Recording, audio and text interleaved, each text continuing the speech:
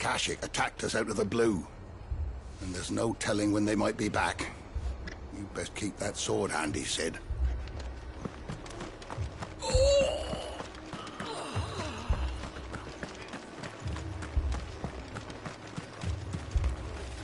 What are you after?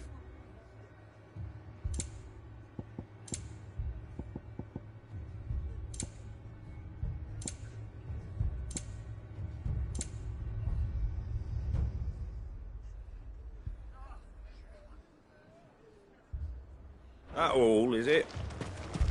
My brothers. Are they? Shh, don't try to talk.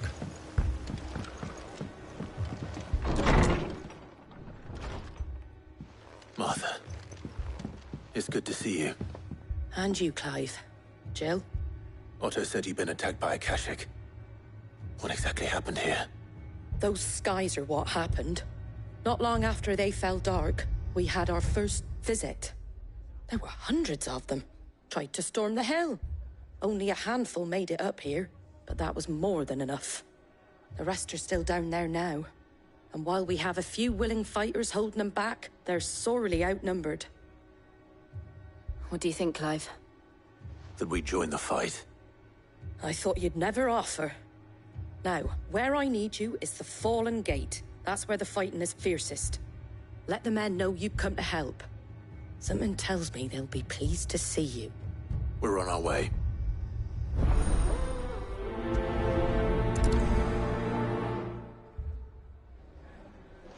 Do you think there were as many as Martha says? Maybe I was too slow. More. You're alive. And that's all that matters. If they ain't clawing at the gates, they're climbing up the cliffs near the lift. The lads are doing what they can to keep them out, but unlike the Akashic, they need sleep.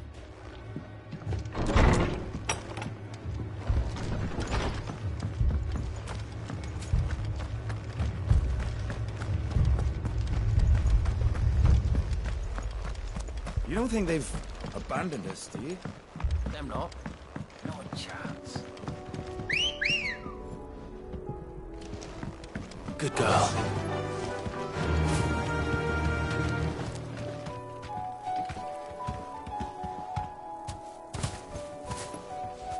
Thanks, girl.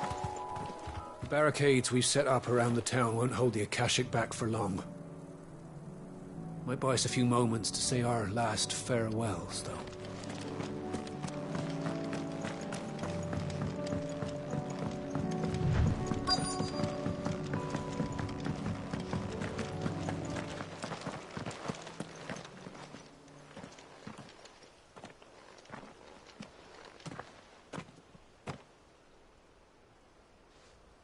Clive, wounded. We deal with the Akashic first.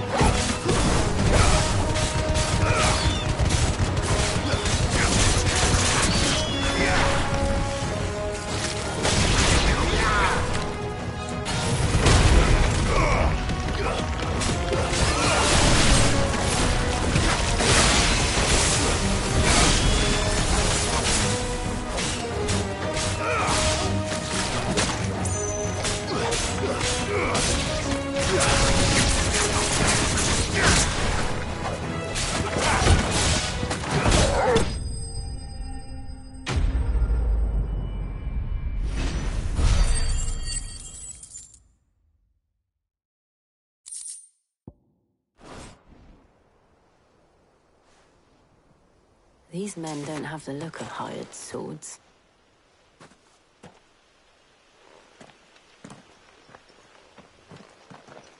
If you've come to rob this place, You are mistaken, my Lord Rosfield. We're here by Madame Martha's leave. how do you know my name? Forgive me, my lord. There wasn't time for introductions. We're with the Guardians of the Flame. Wade's men? But how did you come to be here? Where is your commander? Sir Wade left earlier with a scouting party to find out where the Akashic were coming from. Did he? Take your wounded back to the inn. Martha will see you're looked after. We'll join you anon.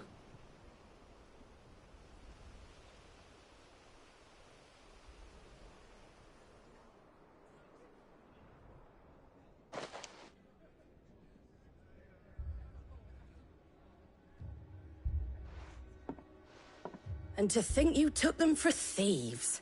A fine reward for holding off the horde, that is. When did Wade and his men arrive? Not long after Rosalith fell. The Guardians asked me to shelter some of them that had lost their homes. They were making ready to leave just as the skies turned, and we agreed it was best we stuck together. Martha! Trouble! The scouting party's almost at the lift, where they got a pack of Akashic snapping at their heels! And they got wounded with them! They're not gonna make it! Damn it all. We'll worry about them, Martha. You look after everyone here. If any can still fight, send them to the lift. I will. You two be safe now. The lift can only carry a few at a time. If those Akashic get as far as the cliff, Wade's men will have nowhere to run. It looked like the Guardians were going as quick as they could, but without any injured. They might make it to the cliff. Or they might not.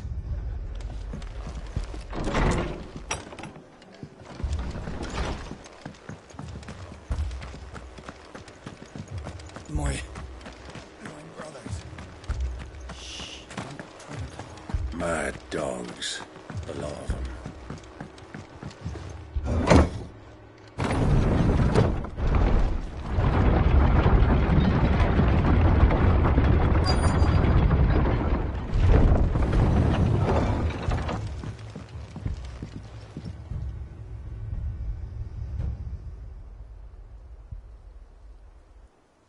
Squire, I need you to get those who can still walk up the lift to Martha's. But what about... I didn't ask, Oscar. Sir. Sir Wade! Lord Rosfield. If you aren't a sight for sore eyes. Martha seemed to think you might need some help. And by the looks of it... We thought we could sneak by them. But we didn't know there would be so many. How could we have? Behind you!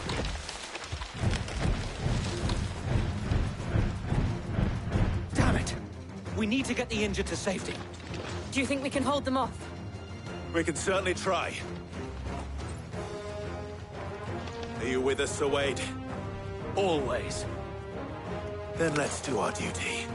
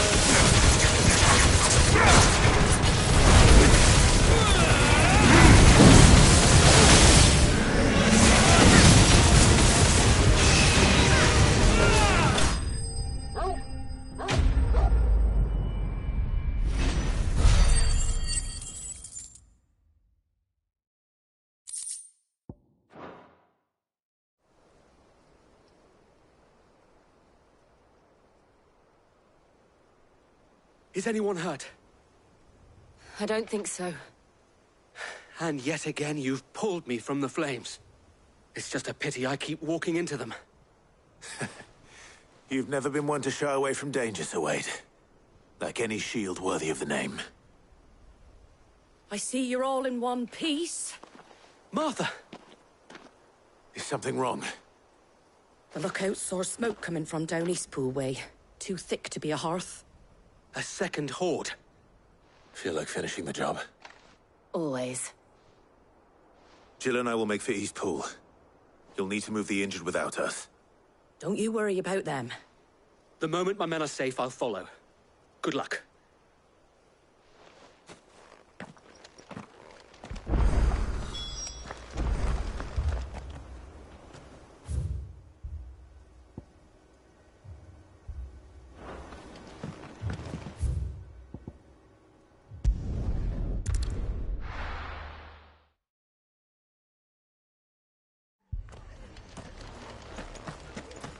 The Akashic attacked us out of the blue. And there's no telling when they might be back. Fiends try to climb the walls here, too. You can and get me back out there. Founder knows where they're gonna show their ugly faces next.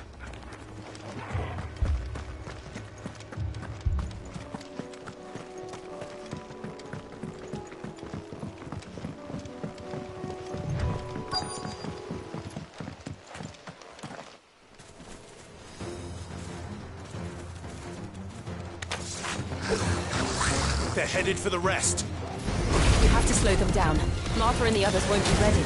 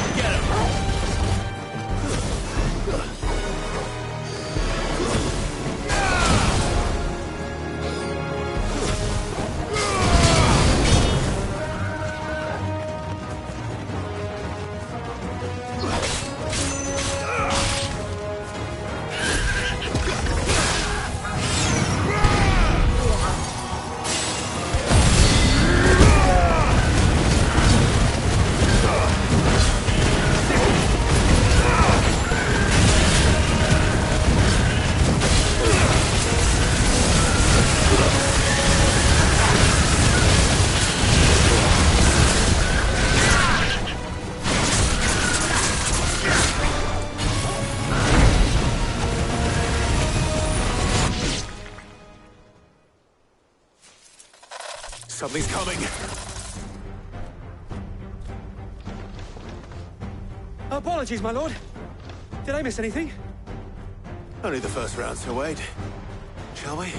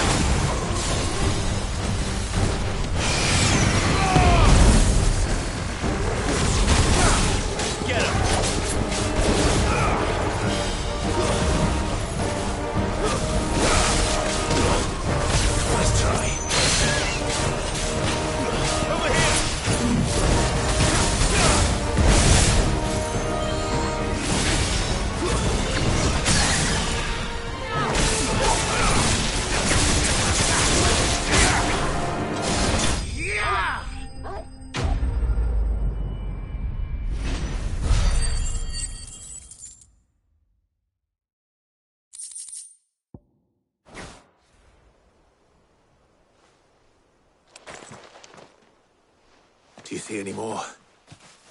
No. I think that was the last of them. But it won't be long before the next lot arrive. Then we make for Martha's while we can.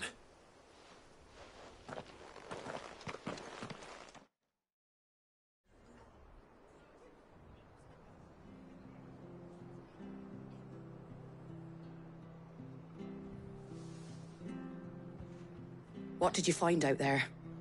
The same as Sir Wade. Scores of Akashic. Well, wherever they came from, they're gone now. Our lookouts say the lowlands are clear. Hopefully we'll have enough time to lick our wounds. How many of your men were injured? A damn sight less than if you hadn't turned up. Thank you. It was a hard-fought victory. But as long as the skies remain dark, I fear the Akashic's numbers are only going to rise. It's not a matter of if the Horde will be back, but when. And whether that's sooner or later, we'll need to be ready. The inn here affords a good view of the land, and is easily defendable. I'd like to make this one of our outposts. What do you say, Martha? You'd have more men to guard the rest. Well, when you put it like that, of course they can stay.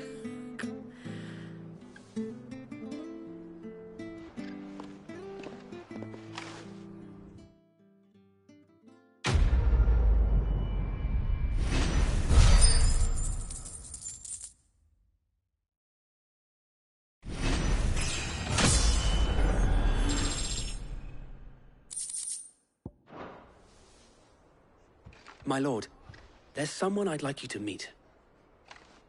Oscar, over here.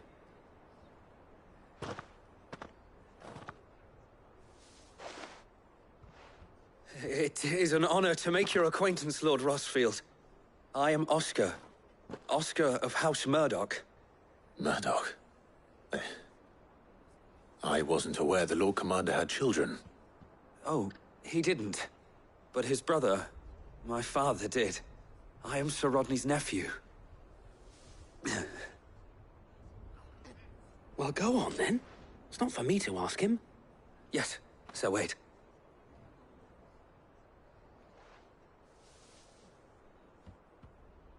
If it please you, my Lord Marquis, might you take me as your squire? I would learn the duties of a shield from the finest. I'm sorry to disappoint you, Oscar, but I'm a shield no longer. Nor was I ever the finest. And spending time in the company of an outlaw hardly seems a fitting education for one aspiring to take his oaths. My Aunt Hannah once told me that a man is not defined by his title, but what he does in its name. You have accomplished much since taking on the mantle of Cid, winning no little honor in so doing. And I would sooner serve under an honorable outlaw than an unworthy shield. Not that Sir Wade and the other Guardians are... I mean to say that, they're... It's all right. We know what you mean. There is only so much the boy can learn from me, my lord. But a squire... Would that really be so bad? You were a squire once. And I'm certain Sir Rodney would approve.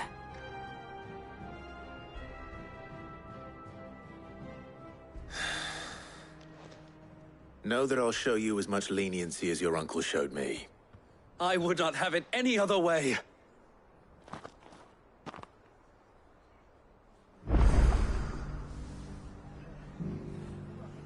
I will not let you down, Lord Rosfield. You, or my uncle. We shall be staying here for the time being, and not just for the ale. I'll have one of my men escort Oscar to Benimir once he's said his farewells.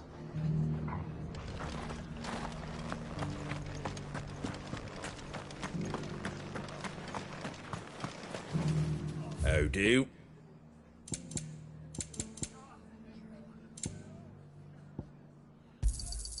Much obliged.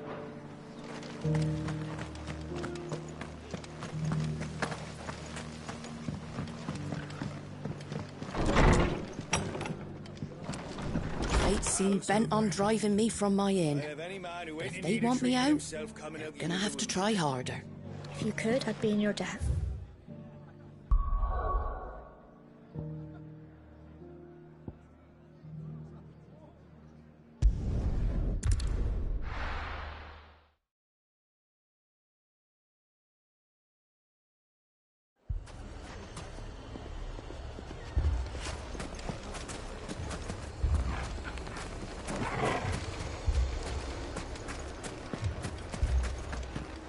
Poor bastard. Couldn't run because of the weight of his load. Still, better a branded than one of us. Fucking thieving bastards! If you're wondering why Dalamil's in such a sorry state, you can blame the bandits. Them and the mercenaries who are guarding the gates. Though I can hardly fault them for running. Fighting would have meant death. Did for more than a few.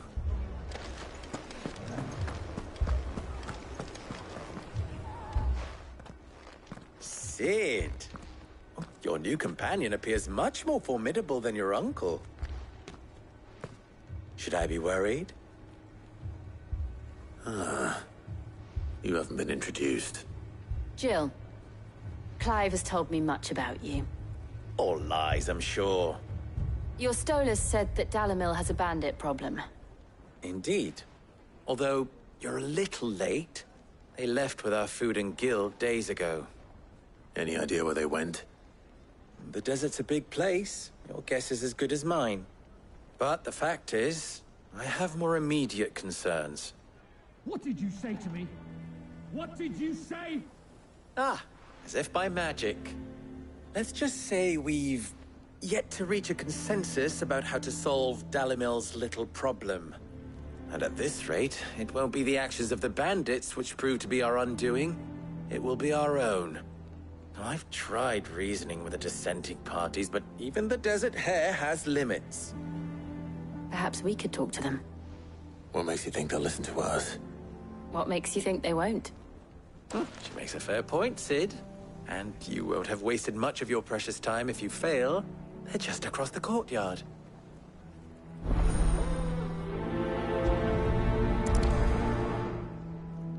Suppose we just follow the shouting. They're both as stubborn as the lover's pox, and every bit as irritating.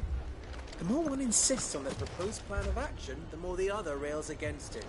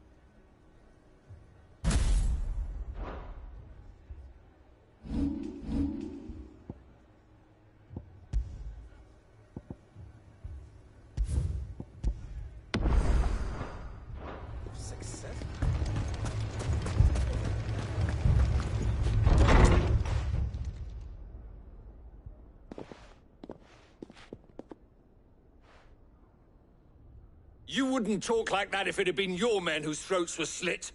Blood for blood, it's the only way. We hire mercenaries and have them mount the bandits' heads on our walls as a lesson to the rest. And what happens when those mercenaries are slaughtered like your men? Are you going to hire more? We're better off using that coin to buy food and supplies. If we hire mercenaries, the only thing we're buying is the bandits' ire. And you cannot fill empty bellies with that. Do you hear me? But what happens when they come back? Maybe it'll be your throat that's slit. That's enough. Both of you. Any more of this and I'll throw you out myself. Come back when you're ready to talk like adults.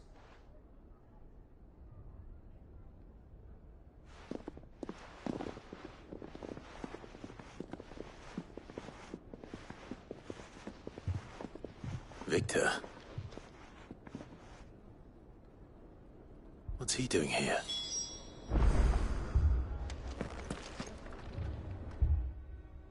Sid. And Lady Jill. What brings you here? I was about to ask you the same thing. Costness is in chaos, and the markets have all but ceased to operate. The Briar's Kiss here in Dalamil is the only place I can reliably obtain supplies. I was here to do just that when Master Lubor told me of his troubles. He thought I might be able to talk some sense into these fools, But if you're here, I suppose his patience must be waning. Who are those people? Those were the thorns in Lubor's side. And the reason this place might be headed the same way as Costner's. It's these accursed skies. The darkness is enough to drive a man to madness. Or an entire city, for that matter. We're still working on the skies. But in the meantime, perhaps we can find a solution to Dalamil's problems. I hope so. For all our sakes.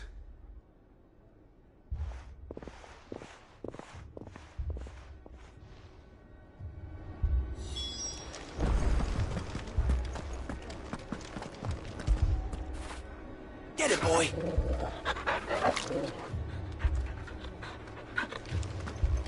Haven't we had enough fighting?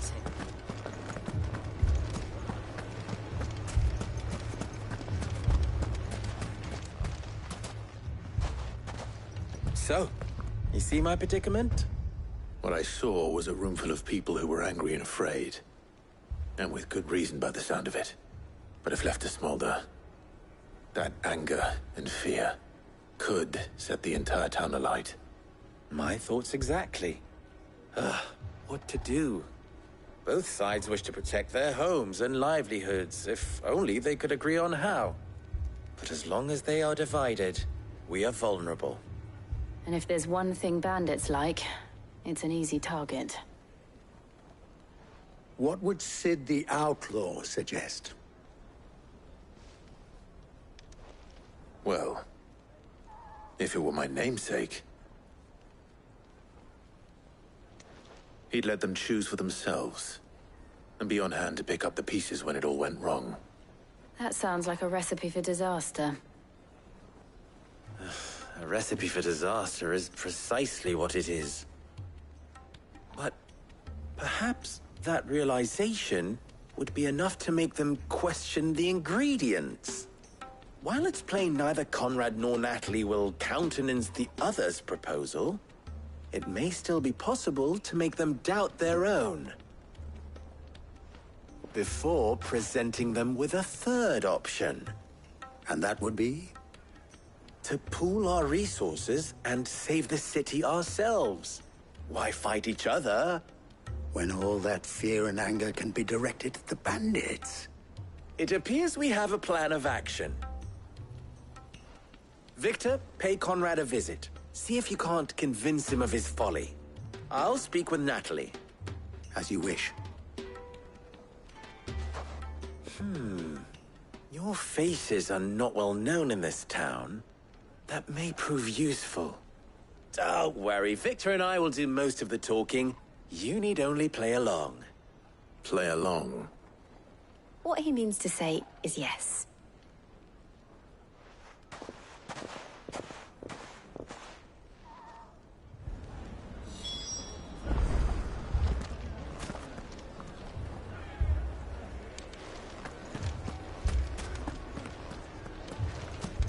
Poor bastard.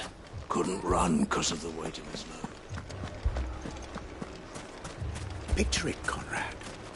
Your own city guard. With you as captain. Why more supplies? You might as well scatter seeds near a rat's nest. They're the problem, and only steel will solve it.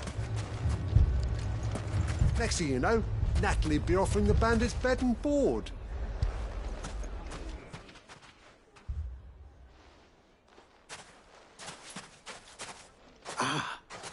Here she is. The Lady of the Spear herself. Conrad, may I introduce you to Jane, commander of the Red Wings, the oldest mercenary guild in the Free Cities. A pleasure, my lady. The pleasure is all mine. As I told you, I summoned the commander here from Canver to inquire about a contract. Victor says you told him no. That there aren't any men left to hire. Is that true? True as the crystals cracked. Nobles came and claimed every last one worth his salt. And not just from us Red Wings. You know of the 7 high houses. There must be 200 swords assigned each one. Granted, we have a few boys left. If it's boys you're looking for. Well, Conrad, Are you saying that Dalamil's finest cannot defend this town better than a gaggle of unblooded striplings?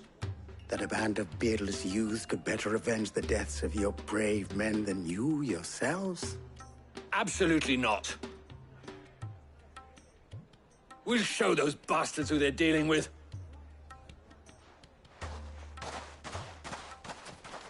I can't believe that actually worked.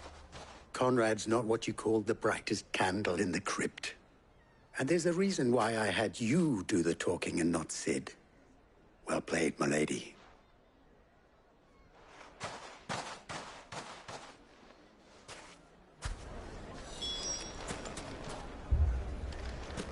Next thing you know, Natalie be offering the bandits bed and board. Oh, I'm ruined. My shop.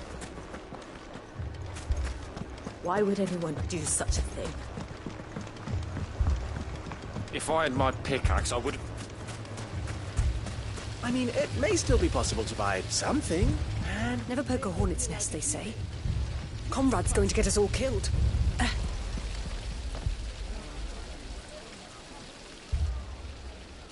Ah, here he is now. Natalie, allow me to introduce Lord Underhill of Randalar's prestigious League of Merchants. Lord Underhill. At your service. Underhill? I was just telling the good lady of our conversation, my lord, and how you were lamenting the state of the capital's stores. Lubor says that not only are the granaries almost empty, but that war and the Blight mean this season's harvest won't be enough to fill them for winter. Indeed, certainly that is the case. The nobles in the capital are buying up the city's stocks of barley and wine, driving the prices higher than most commoners can afford. It is only a matter of time before the peasants revolt. It is worse than I thought. If what Lord Underhill says is true, I fear we have little hope of supplementing our stores, meager though they regrettably are. And while I applaud your endeavors to dissuade our more bellicose citizens from seeking vengeance, I sense Conrad is not wrong in his assessment of the bandits' likely return. Which means that now, more than ever, we will need to secure what little we still have. Food, weapons, herbs, everything. If our humble town is to endure not only this hardship, but those that are certain to follow, we must stand united. All right. If it will help to protect my home, I'll do it.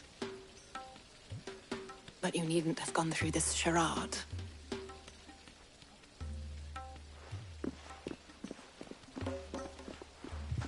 Thank you, Clive. Your performance was nothing if not workmanlike. She saw right through it. I didn't say it was good, merely that it produced the desired effect. Now, my scouts should be returning shortly. Meet me back at the Briar's Kiss, and we shall see what we face.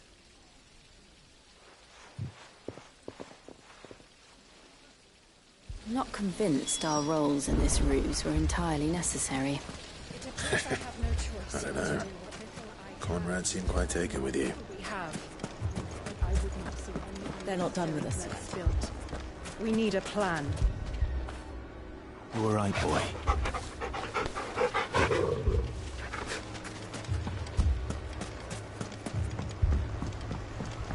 Mummy, I'm scared.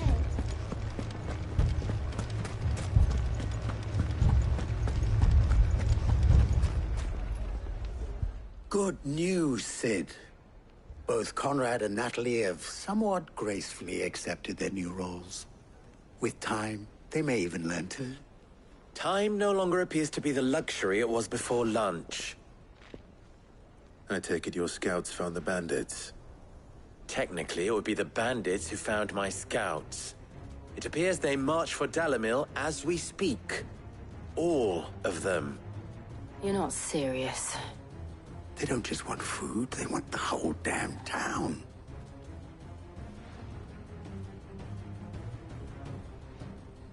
I have a favor to ask.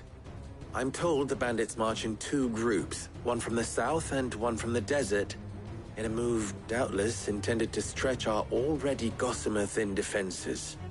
Very well. Jill and I will meet those from the desert. But what of the rest? The rest, my friend, the city shall fight. Together. The stakes, I concede, are high. But if this does not unite Dalamil, nothing will. That is a lot of faith to put into those who had their hands around each other's throats but a moment ago. Then it will be for us to see that their hands are kept occupied. And I do mean us. I thought you might say that. We'll hold them off for as long as we can. And we will do the same.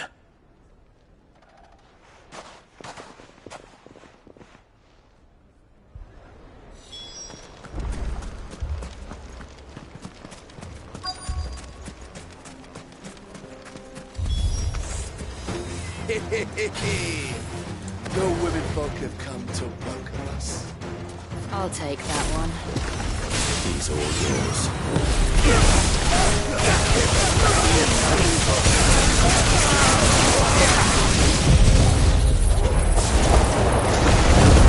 They mean to overwhelm us.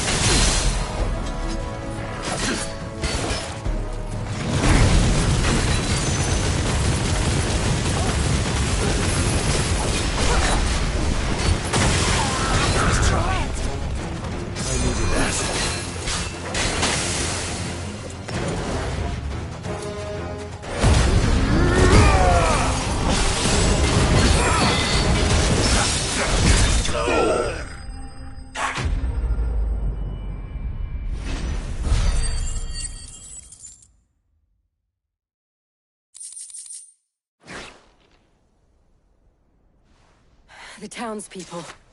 Could they have held out? I don't hear any fighting. What do you think? That we should hurry.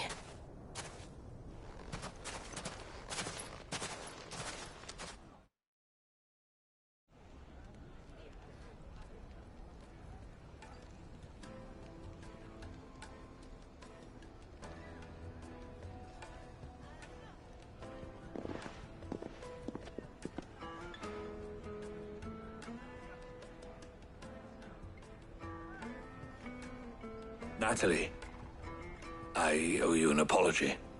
You did well out there. The inn would have been lost had you not held the line. Without you, there would have been no line to hold. You saved us, Conrad. You saved Dalamil. We all saved Dalamil.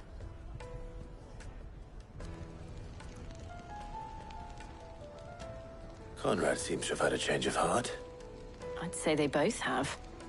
I take it from your presence that our visitors from the desert won't be joining us either.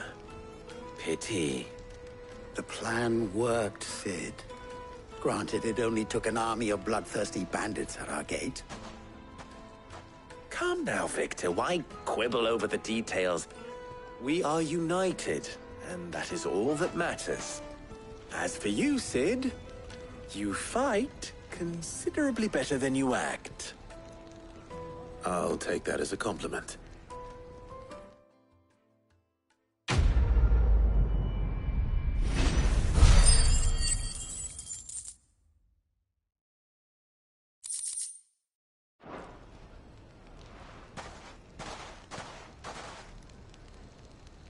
Our friends seem to have things under control. For now, at least. Let's go and put Otto's mind at rest. Now, if I could only convince the people of Costness to work together. Dalamil will forever be in your debt. But don't go trying to take advantage of that. So, where did you learn to swing a sword like that? In a desert full of ne'er-do-wells, a woman has to learn to look after herself. The bandits may be new, but look what they've left us with. We'll have a hard time putting this place back together. No, nonsense. As long as we all do our bit, Dalamil will... Lubor did well to bring Conrad and Natalie together. It's like herding curls with them.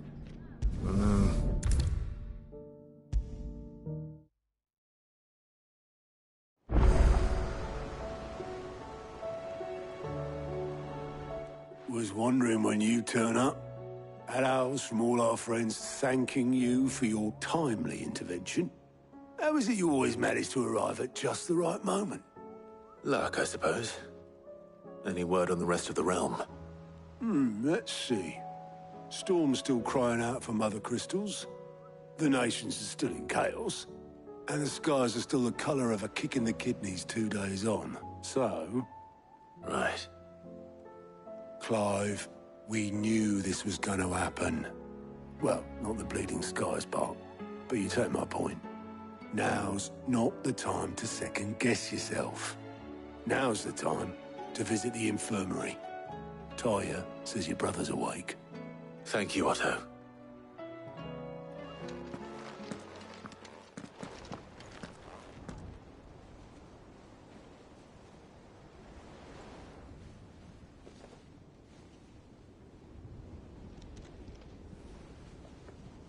So it was not Sylvester, but Olivier who served as Ultima's puppet.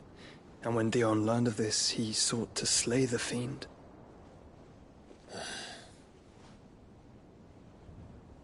Only for his father to take the spear that would have freed him. Enough to drive a man to madness. Small wonder he hasn't stirred. I would be afraid to wake. Had I but reached out to him sooner, warned him of the threat Ultima posed. But now, both an empire and her prince lie broken. Joshua, what do you know of Ultima?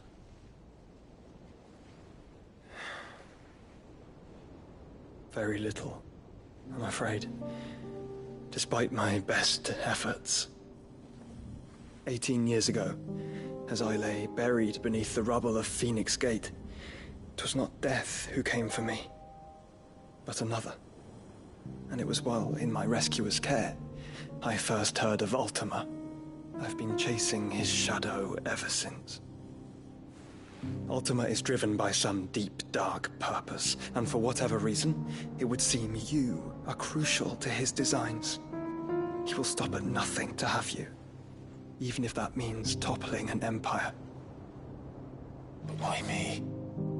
What possible use could I be to such a creature? That is one of many answers that have eluded me. Yet, I am certain of this. It is not mere chance. You were chosen for a reason. All dominants carry within them the might of an icon. Nigh limitless power that is at once acutely limited. I wield fire, and only fire. And I only ice. 8 wardens for 8 elements. But you, Clive. You are different. You're special. Your abilities begin with the flames of Ifrit. But they do not end there. The fact Ifrit can even exist goes against everything we thought we knew of dominance. Perhaps Ultima has been waiting for one such as you, whose potential is truly limitless. I've encountered that thing several times now. If it or he, as you say, needs me, why hasn't he claimed me as he did the boy? Were I to hazard a guess, I'd say the two of you are somehow incompatible. His mind not properly attuned to your body. His mind? Mind, awareness, spirit, call it what you wish. But I believe Ultima to be an embodiment of the concept. It is why I struggle and fail to contain him here inside me. I'm sorry. Inside you? With every setting sun, I feel my strength wane. And though the Phoenix's flames mend the prison I have made for Ultima, they do so at a cost. We must find a means to bring an end to him before I meet my own. What were you thinking? It was that or let him take Clive. And I've always had a soft spot for my brother. But that doesn't mean you should sacrifice yourself to save me.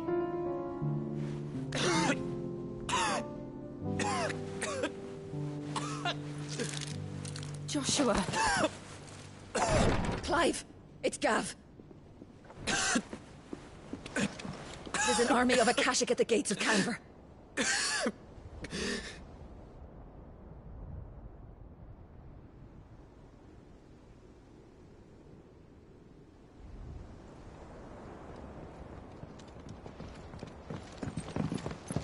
Well, what's the short of it?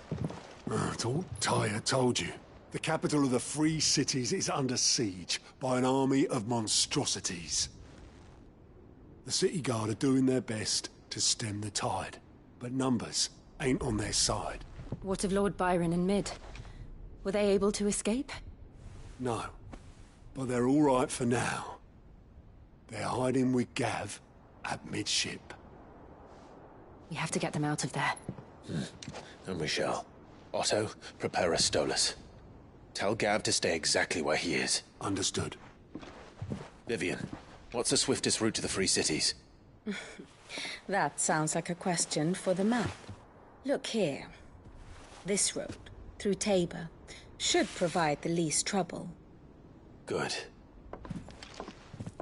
What a coincidence. Tabor is exactly where I'm bound. Joshua, bed is where you should be bound. You don't think I told him the exact same thing? Were Tyre not such a talented healer, I would surely have been inclined to agree. But, thanks to her ministrations, I feel I may safely rejoin my attendant, who was to wait for me in Tabor if we became separated. right. We travel together. Clive. If he stays close to me, he'll be fine. Thank you, brother. I'll look after him.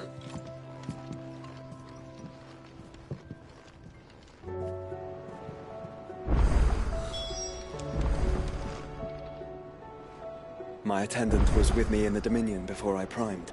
She would have watched the battle unfold and witnessed its outcome. I trust you'll be waiting for me in Tabor, where I can finally introduce you. You know how I feel about this, but your brother's stubbornness knows no bounds. I'm starting to think it runs in the family.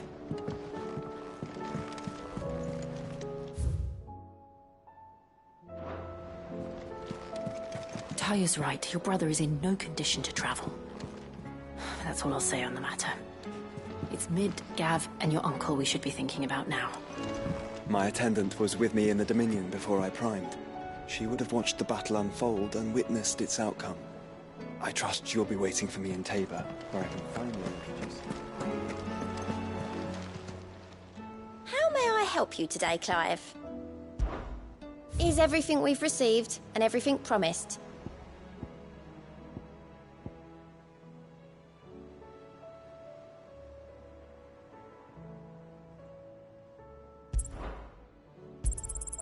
You earned this. Best of luck out there, Sid. Do you like being struck by thunderbolts from on high? Then don't let anything happen to Mid. Yeah?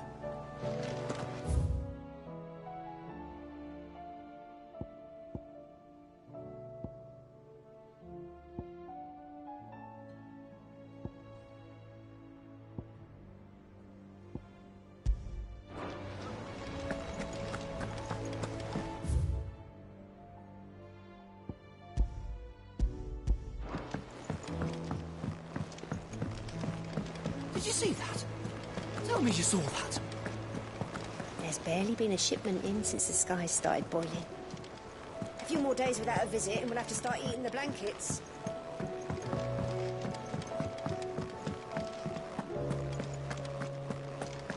Did you see the pair that got hauled into tires? Aye, all their fancy silk.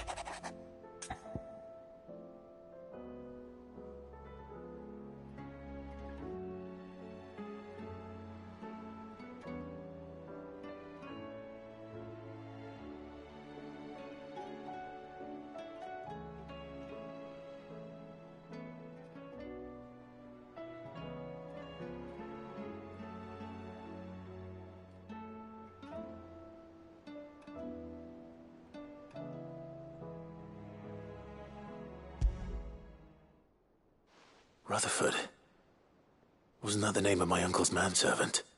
Why would he be at Martha's Rest?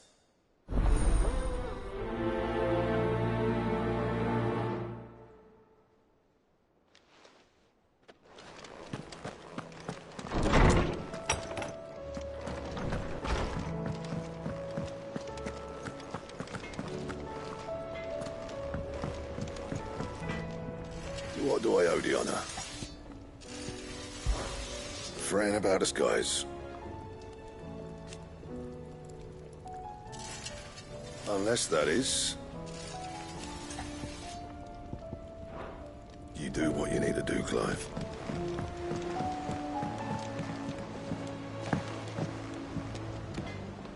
What am I gonna do?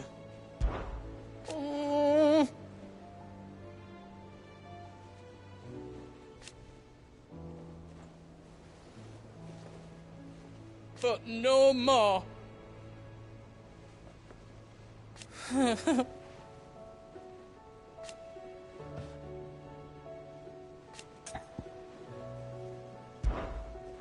Is everything all right, Goose? You seem more discomposed than usual. Oh, I don't know what that means, but I'm in a bit of a muddle. Oh, I think Nan might be in trouble, and she's... It's all right. You can tell me.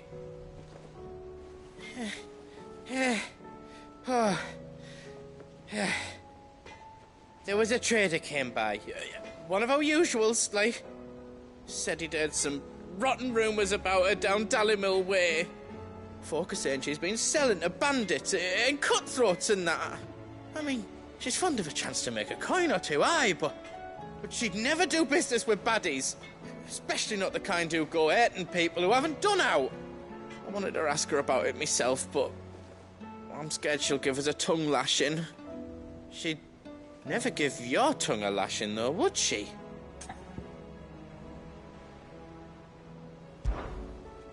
Don't worry. I'll speak to her. Oh, thanks, Clive.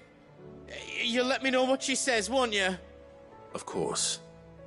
I'm sure it's all just a misunderstanding.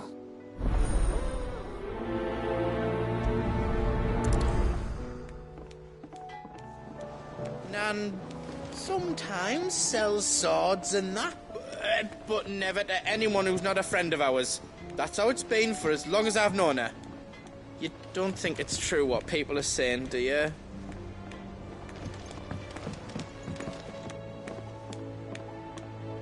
Round and round the city clock, the wyvern chased the eagle. The birdie stopped to catch his breath. Down came the eagle.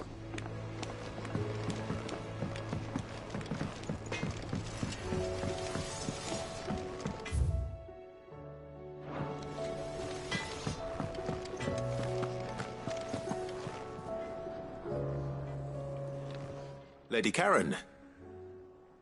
How's business? Not nearly as foul as the weather. You're doing good trade, then? Both in and out of the hideaway? Can't complain. Wait. What exactly are you getting at? Not once in 5 long years do you pay my affairs half a care, but here you are today, raking me over the coals like a bloody popoto? Just asking. Out of interest. All right. I'm here because I was told that certain rumors have been circulating.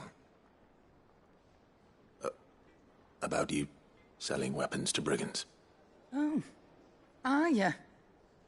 And who was it who knows me so well as to tell tales of my evil exploits? I didn't exactly hear firsthand. All I know is that someone in Dallimil has been spreading word to that effect. And what? You believe it? You think I'm profiting off the blood of innocents, do you? Look, I've done things I'm not proud of. Might be there were a time when I turned a blind eye to the wretchedness of the world so I could line my pocket. But that woman is no more. And you'd know that if you'd ever paid the slightest bit of notice. You're right, Lady Karen. I apologize. It was wrong of me to doubt you. No, it was. Now, I reckon you've got better things to do than pointing your do-gooding finger at a poor old woman. Of course. Good day.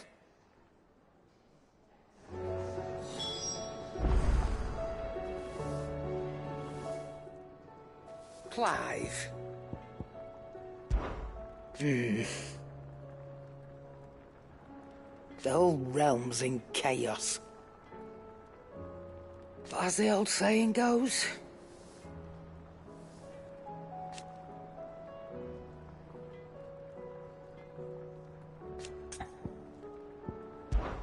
thought you knew better than to put stock in unfounded gossip. What with all the colourful tales attached to your name. Come back soon. And I mean that.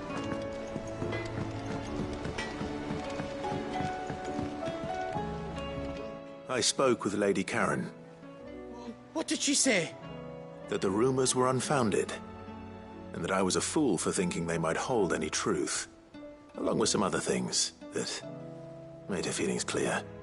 And while it sounds like she may have done things she regretted in her past, she says those days are behind her. Oh, well, that's good. I knew Nan wasn't caught up in out bad. But why would people say she was? What did she ever do to them? It's not right. No, it's not. But people do things for all sorts of reasons. Perhaps we'll never know. Well, I'm going to find out. That trader, he said they were all talking about her in Dalimil. So that's where I'm going. I'll find someone who'll tell me, you'll see.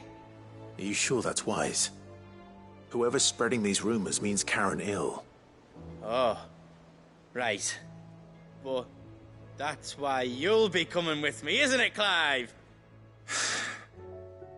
I suppose it is.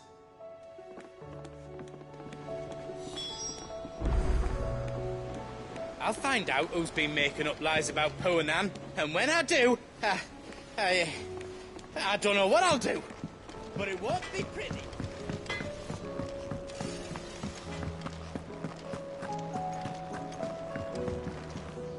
Welcome back, Sid.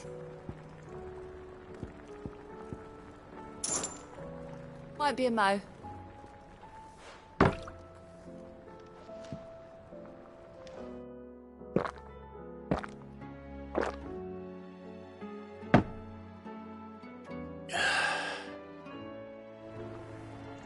Don't be a stranger, Sid.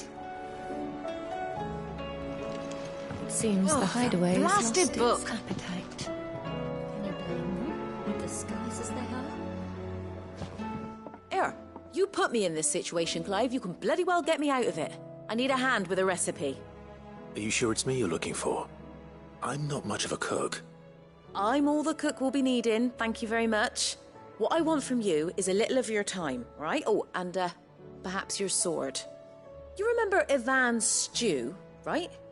Well, despite the look of the thing, and that awful stench, people wolf it down. So I thought I'd try making one of these supposed masterpieces myself. Had a peek at the book and gave it a go, but, well... It wasn't as straightforward as you'd hoped. Ivan had the same problem. Yeah, but this is my blimmin' kitchen, and I will not be outdone. So if you don't want to be seen as playing favourites, I suggest you lend me a hand.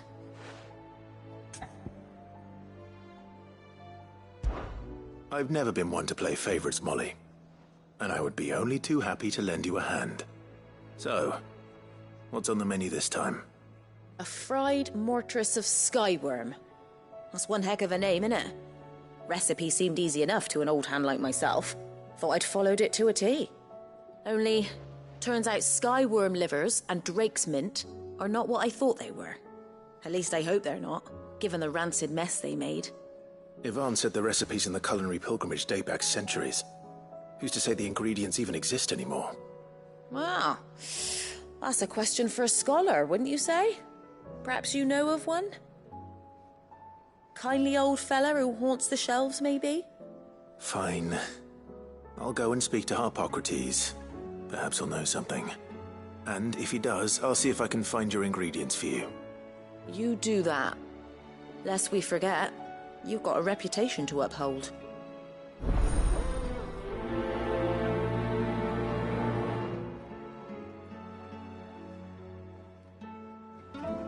I thought I had it all worked out, but I'm buggered if I know where to find skyworm livers and drake's mint. Best hope everyone's favourite know-it-all can help us, eh?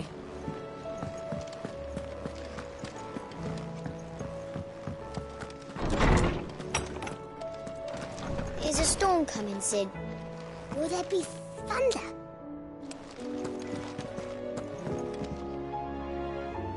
Sid, perhaps you can help me solve a mystery.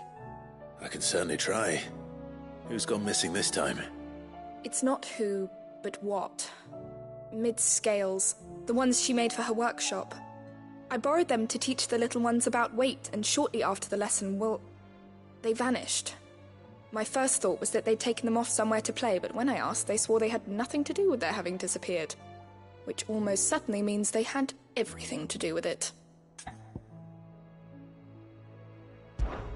Perhaps a visit from Sid will jog their memories. I think it just might. Thank you. I don't like to imagine that my pupils would lie to me. But if they have, I'll have no choice but to discipline them accordingly. They were in the atrium when I last saw them. As always.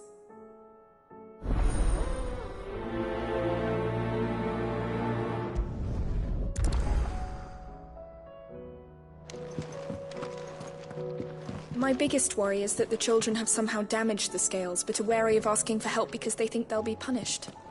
And if I find out that's the case, I swear I'll take the switch to every last one of them. Lawsman Harpocrates, I've come to pick your brain if you don't mind. It's about the book you lent Ivan. Ah, Valisthea, A Culinary Pilgrimage, a classic. One of my favorites, in fact. The young man did a wonderful job with the Chance's stew. I do hope we shall be able to sample more such marvels in due course. That's actually why I'm here. I don't suppose you know where I might find skyworm livers and drake's mint. Ah, so the fabled Sanbrequois delicacy is next on the menu. Delightful. The descriptions of fried mortress never fail to make my mouth water. Now, skyworm is a somewhat antiquated name for the wyvern, their ground livers being the paste from which the mortress is made. Dragon livers. How very Sanbrequois. One would have thought the disciples of Bahamut would have a touch more reverence for their icon's brethren, but apparently not. I believe the specific dragon the recipe demands is the blueback wyvern, said to be the very color of the sea beside which it resides. So we know where to look for our liver. But what about the drake's mint? Saint's bonnet in contemporary parlance, a herb which grows along the North Reach coast.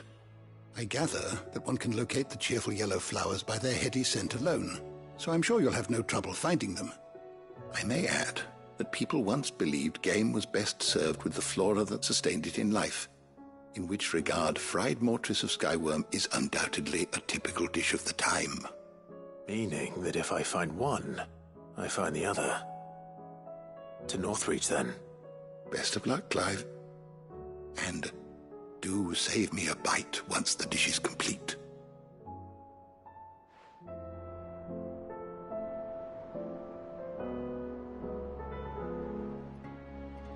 I was wondering when next you'd visit. One can only speculate as to why fried mortress of skyworm might have fallen out of favor. Perhaps the rampant popularity of the dish led to a decline in the blueback wyvern population. Or perhaps fashion is to blame. A sprig of cheerful yellow drake's mint pinned to the lapel was once quite the statement among Sanbreque's fashion-conscious nobility. Regardless, the only place you'll now find both herb and dragon is on the coast near Northreach. Go safely.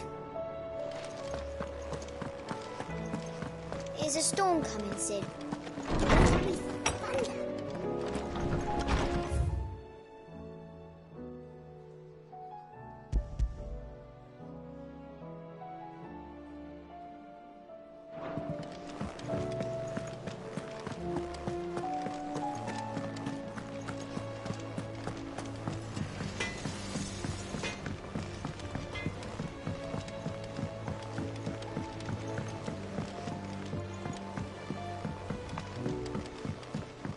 I heard the Emperor was impaled on his own son's spear.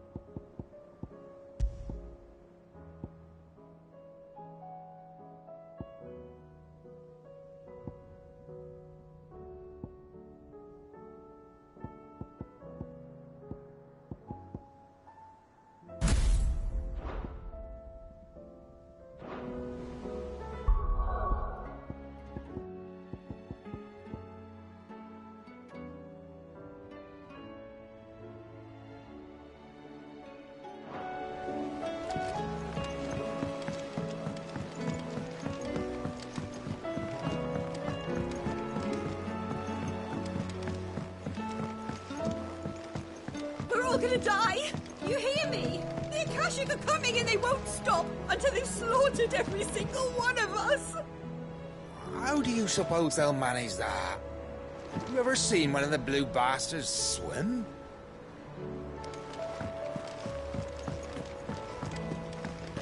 What do you reckon we should do? I say we should just tell Miss Shirley. You'll get us all straight. I'm telling you, I can fix them.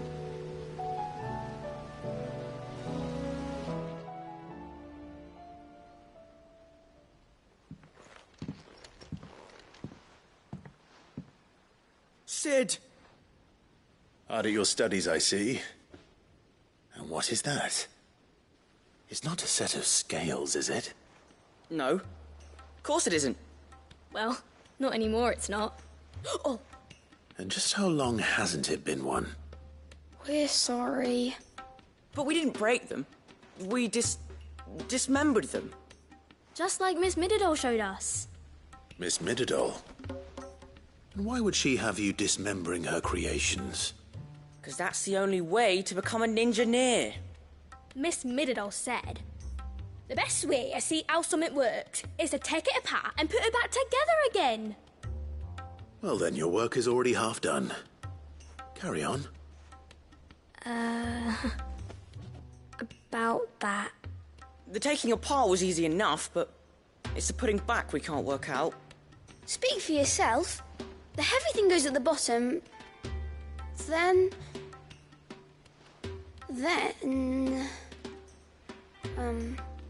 You three need to learn to take responsibility for your actions. So let's have a look at these parts with fresh eyes, shall we?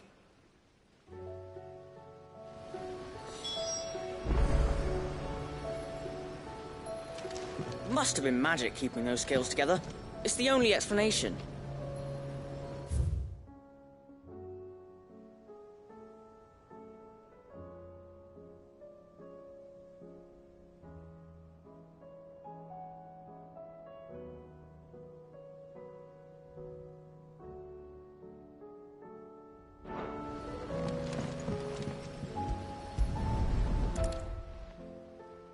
All right. Everything here was once part of Miss Mididol's scales. Every piece has its own role to play, and each is just as important as the others. If even one of them is missing, the scales won't work. So let's think about what those roles might be. You already know one of the pieces. The body. Its role is to support everything else. But what of the others?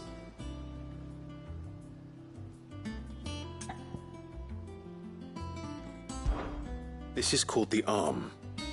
Why do you suppose that is? It doesn't look much like an arm. You're right. It looks more like a wing. Like a chocobo wing! You've ridden a chocobo before, haven't you, Sid? Will you teach me to ride one day? I'll think about it. Now, what do arms do? Hold things. So wait, maybe this arm holds things too? Good thinking. You're on the right track.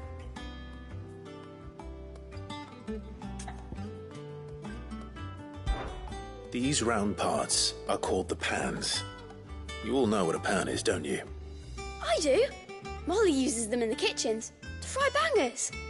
But these aren't for frying bangers, you idiot. They're for weighing stuff. But what if I wanted to weigh Goots? I don't think he'd fit on that little thing. Probably not. What are the chains for? Holding the pans up? Well spotted. Which means something must hold the chains up in turn.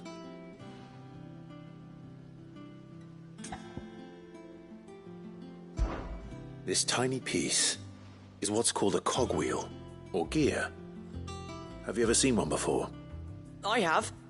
Miss Minidole's dungeon is full of them. Most are on the floor. She puts them in all her inventions. They spin round and round and round and round and... That's right. They're very useful when you want to make things move. Do you remember if there was anything on the scales that moved? I remember the arm moved when I tried weighing an apple. And then somebody ate it. It's not my fault. You shouldn't have tried weighing it before lunch. You know what part's supposed to move and how it's supposed to move. So, let's put the pieces together first, see what doesn't move, and then stick the cogwheel to that. Not a bad idea. You see? It's not so difficult. So, now that we've taken stock of the parts and learned what they do, what do you think? I think we've got it. Then here's what we'll do. You tell me what goes where, and I'll put the scales together. Well, obviously you need to start with the body. All the other pieces fit onto it, don't they? And the arms go on the body, just like real arms. Or wings, if you're a chocobo. And then the arms hold the pans by the chains. Very good. Let's see if that works. There. All finished.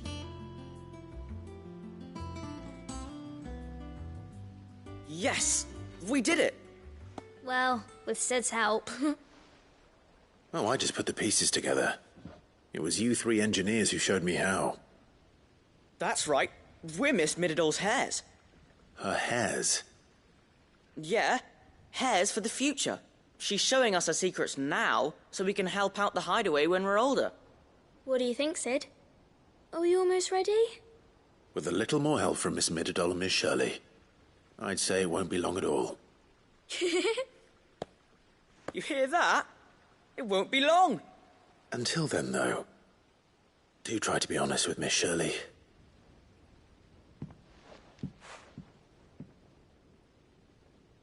Hey, look! We never used the cogwheel. You don't think Sid forgot about it, do you?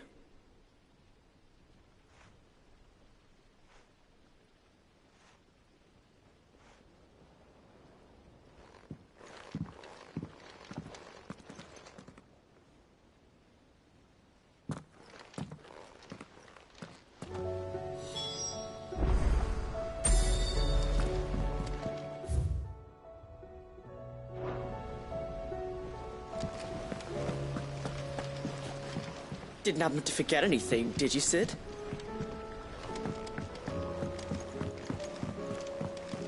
We're all gonna die!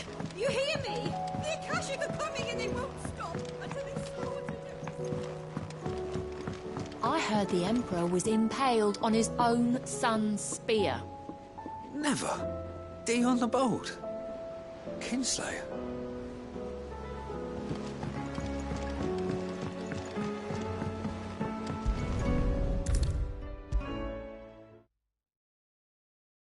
Is a storm coming, Sid?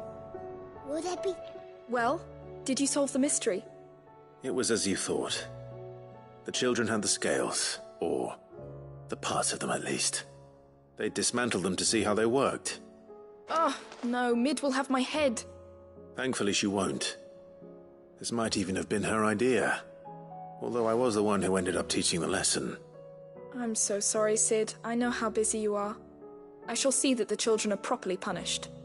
Please, there's no need. Mid seems to have taken the three of them under her wing. She's even calling them her heirs. She'd have them follow in her footsteps. And her father's. I see. Sid, do you know why Mid has been spending so much time at the hideaway of late? She told me it was because her studies had been interrupted by events in Canva. Is that not true? No, it isn't. The university offered her a commission. In exchange for full tuition, room and board, they asked her to oversee the design of several new war engines. To anyone else it would be an opportunity, but to Mid, who lost both her parents to war, it was a bitter pill. One she was none too keen to swallow. But that should come as no surprise. She's only ever cared about bringing people hope. The very last thing war can be said to do. Which explains her heirs. She's working to give them a better life. And so should I. What's the odd engineering lesson? Ah, you've given them far more than that. And I'm sure they're very grateful.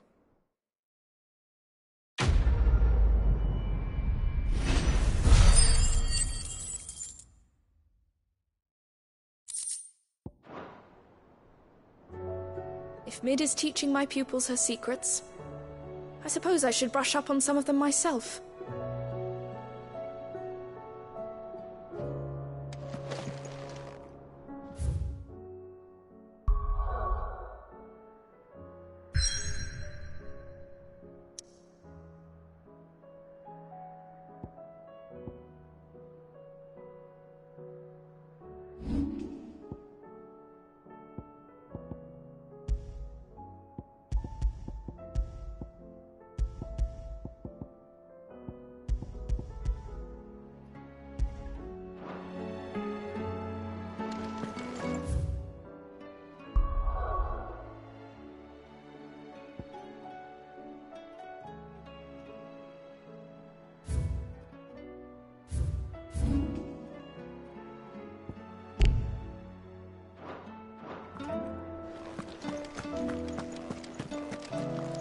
Sid, did you know that chocobos are far more resilient to the effects of ether than most other beasts? Some say that's one of the reasons they were tamed for use as mounts and sumpters, so that an ether flood wouldn't mean instant death for their riders or drivers. Me, I reckon they built it up over generations. Too many foolish traders driving their birds into floods, and only the toughest surviving.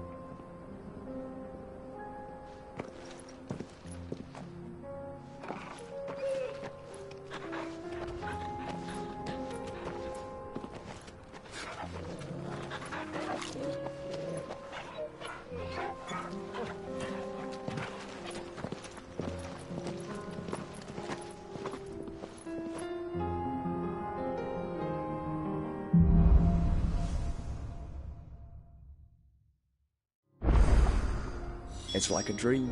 The four of us out walking like we used to. Enjoying this, are you? Gav and the others could be in danger as we speak. You're right. I'm sorry. Yote is a fine scout. If Canva was attacked, she will already have begun gathering information. Tabor isn't far. We should pick up the pace.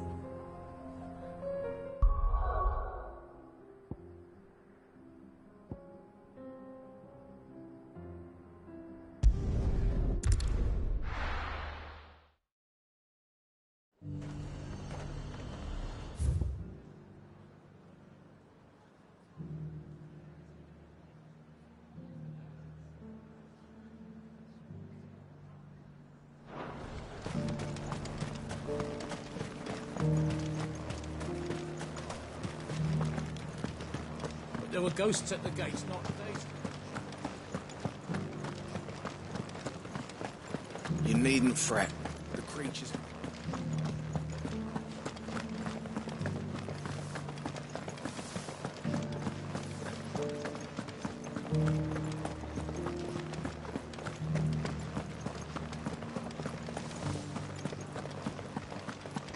To the meadows, then.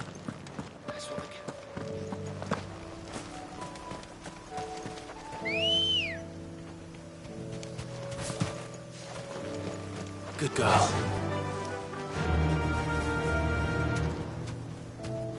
Run like the wind.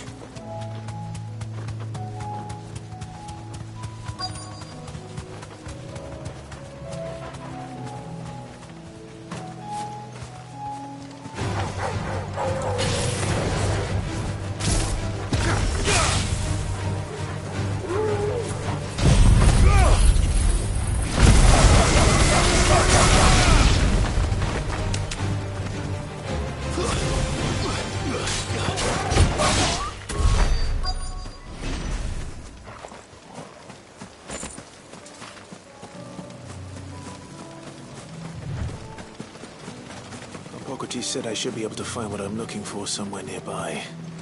Bright blue dragons and bright yellow flowers. Should be easy enough to spot.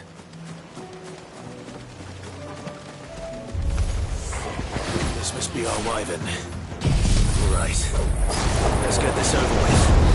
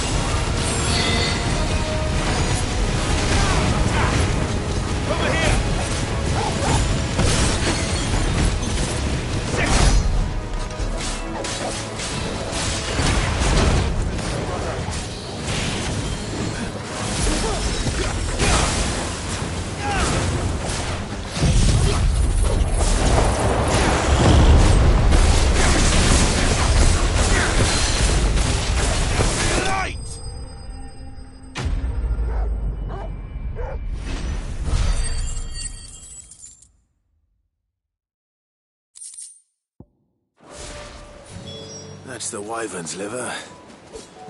Now I just need to find the herbs. Bright yellow with a heady scent.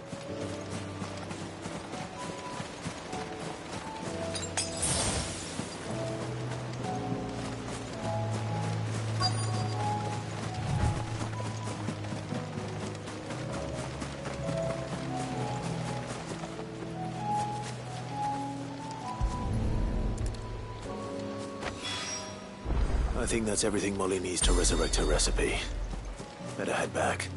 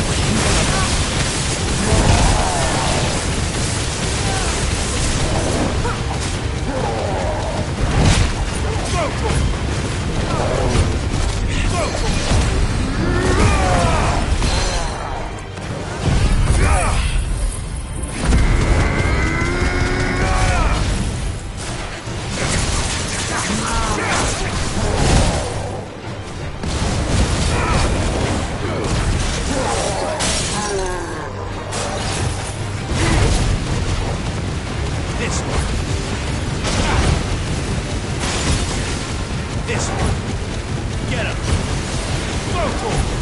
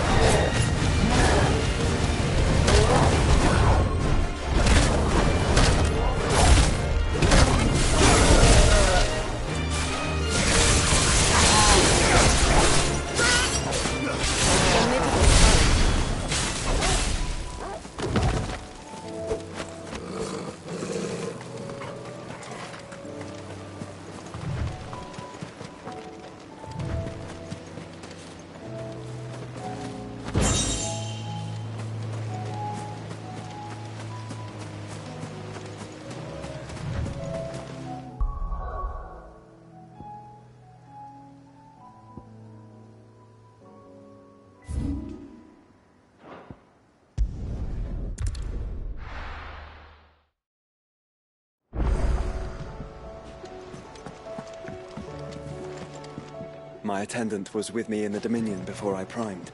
She would have watched the battle unfold and witnessed its outcome.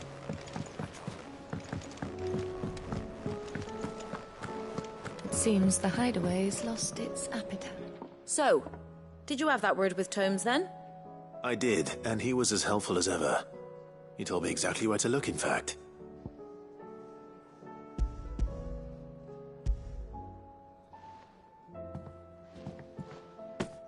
And what precisely will I be cooking up? Or is it better not to know? Blueback wyvern liver. And, a herb known as Saint's Bonnet. Ah, wyvern livers, was it? Well, at least it weren't actual worms, I suppose. Now then, you stay right where you are. I've got some cooking to do. Let's hope these grand old chefs of yore knew what they were on about.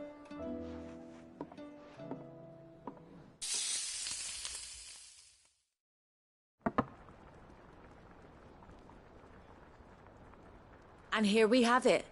Fried mortress of skyworm. Ivan's offered to make sure it's fit for consumption. Well, I say offered. He as good as begged. And rightly so. Is there any higher honor than partaking in a slice of culinary history?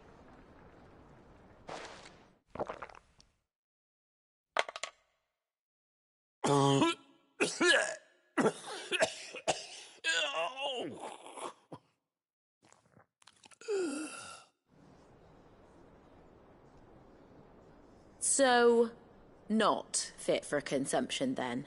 What witchery is this? The crackle of the crust gives way to an almost violent richness. Yet, it is the piquant kiss of the saint's bonnet that tames this savage dish. It is a tour de force. A force of nature, even. A maelstrom of flavour and sensation. A graceful beast emerging from centuries of slumber. I think he likes it. Well, I can't quite tell with all that nonsense he's talking. But I reckon you might be right. It was decent then, I take it. Decent? It's remarkable. And I defy any man to say a word to the contrary. Sid, might I suggest that you command a party of your finest men and women to procure a dozen blueback wyverns forthwith? I'll give it some thought.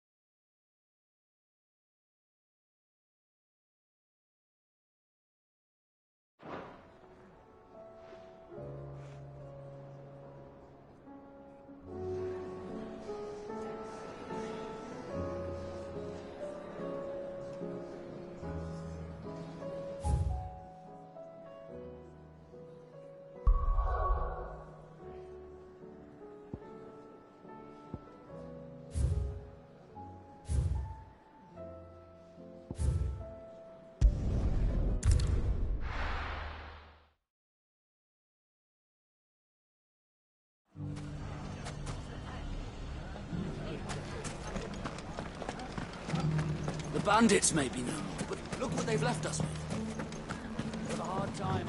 Mummy, It shouldn't be too hard to find goods. are the bad men going to come back? The gentlemen of the town guard are a strapping bunch. Perhaps. But the gentlemen of the League of Merchants have deeper pockets. You wouldn't happen to know if the pieces that were stolen from my store were recovered, would you?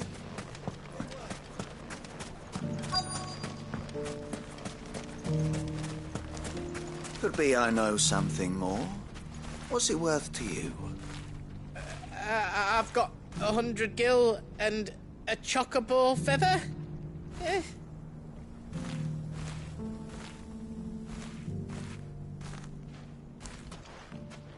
Clive, listen! I've found someone who says he's heard the rumours about Nan. Have you? Go on. Tell him what you told me. All right. It's like I said. A wizened old crone by the name of Karen's been selling steel to whoever'll pay her price, be they knight or knave. Says the more swords and spears she puts in people's hands, the more war they'll wage. And the more war being waged, the more call for swords and spears. And who will they all turn to keep them in steel? Why, the good Reaper herself. And you've seen this Reaper at work? Aye, it just so happens I have. You'll find her right here plying her trade most days. Here in Dalamil? Where exactly? She has a stall here in the market, but if you're not the patient type, you can probably find her at her storehouse on the edge of town. But it'd be a bolder man than me that braved that particular nest of vipers. Feeling bold, traveler?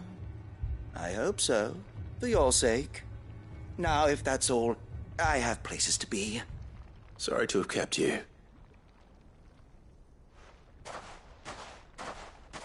You don't think Nan's the Reaper, do you? Not unless she's discovered the secret of how to be in two places at once. Eh? What do you mean? Lady Karen hasn't left the hideaway in weeks. So who has been running this stall he spoke of? Good question. I'll go and have a look. And I'll visit this storehouse on the edge of town. All right, but be careful, Clive. You too, Goots.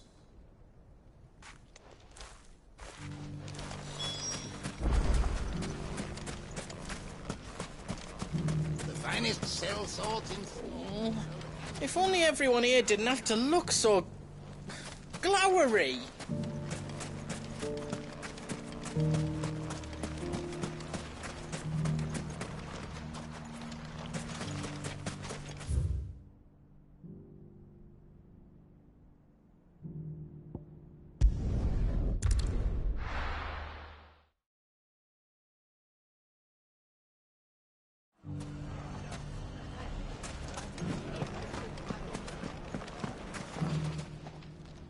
Can I interest you in a new sword? My comrades and I...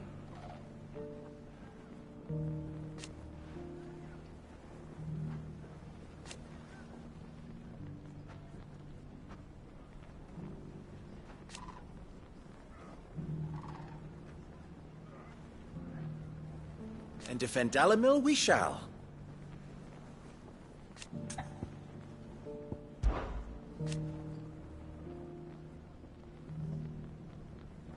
I always knew.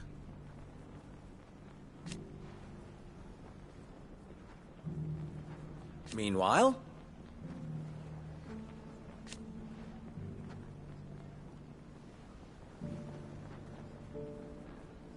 proof, if any more were needed.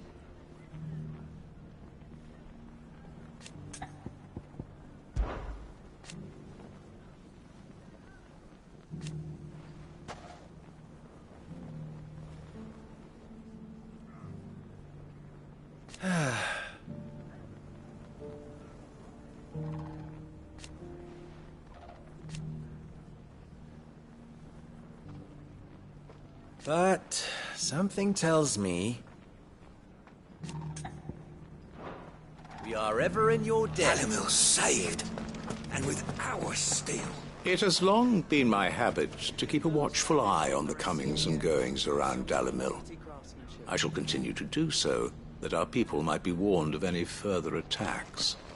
I pray that you continue to play your part too, not of outlaw, but of hero to the hopeless. You fought very bravely. The safety of the town is in our hands.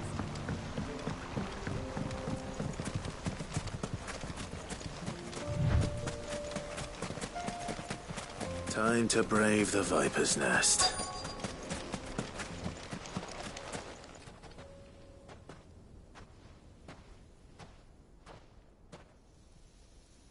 Just you, is it? Thought I might have laid it on a bit thick. It was a fairly unconvincing tale. So, what now? That's up to you. Die a slow death, or a quick one. Boys, he's all yours. But that sword is mine.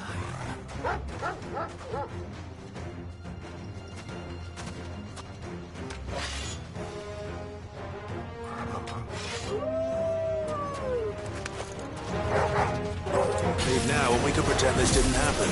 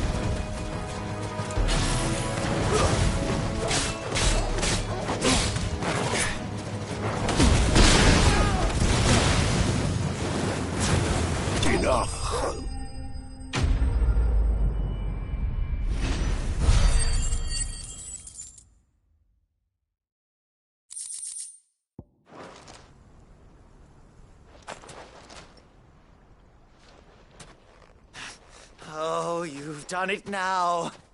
Go on. Tell me what I've done. When the Borgwyn finds out you've killed his men, he'll have your head. He only wanted that bull of a manservant, the dim one always clinging to Karen's skirts. You weren't even supposed to be here. Who the hell are you, anyway? What were you going to do to him? The Borgwyn wanted him to get to Karen. I was only supposed to point the lamp in the right direction once he arrived in Dalimil. But then you turned up. Well, go on then. If you're going to end me, end me. You're not worth the effort. Now be gone, before I change my mind. Fucking coward! I need to find Goetz. Right now.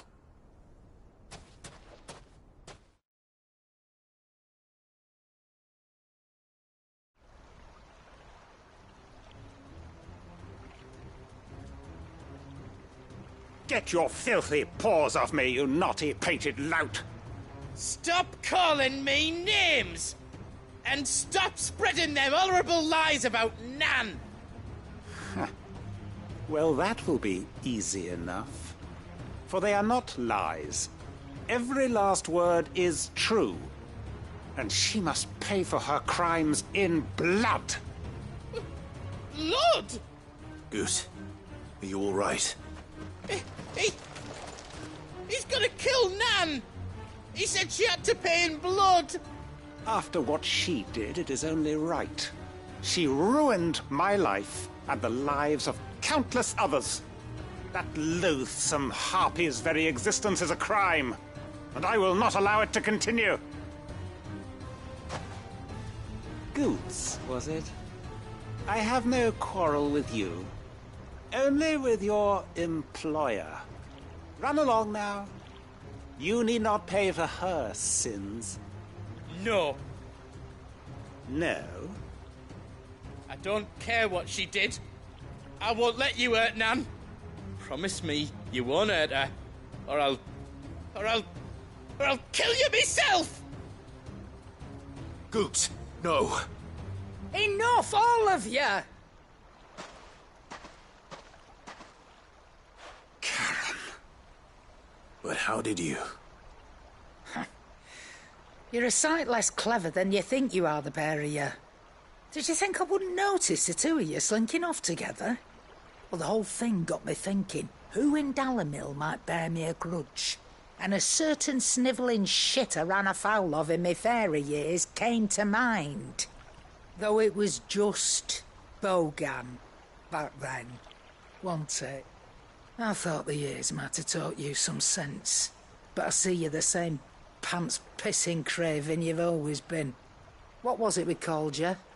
Wet legs? You bitch! Everything that happened, it was all your fault! And now you'll finally pay for what you did to me!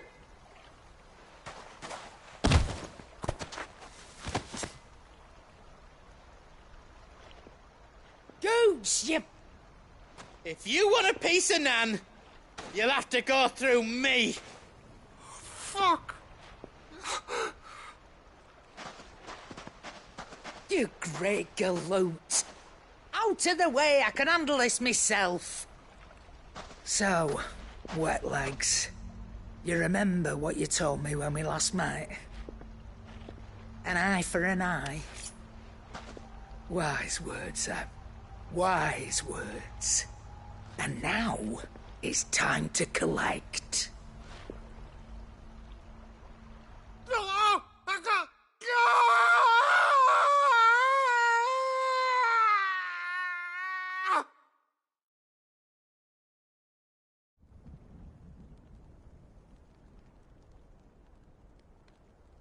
Sorry to keep you waiting.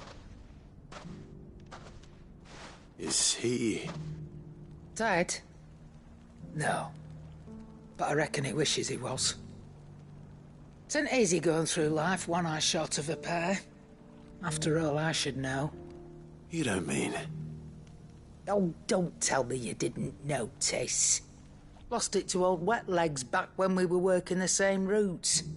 Said I'd stolen from his strongbox. I'd done nothing of the sort, mind. But that didn't stop him taking his little revenge. So I took some of my own. Sorry, lost everything.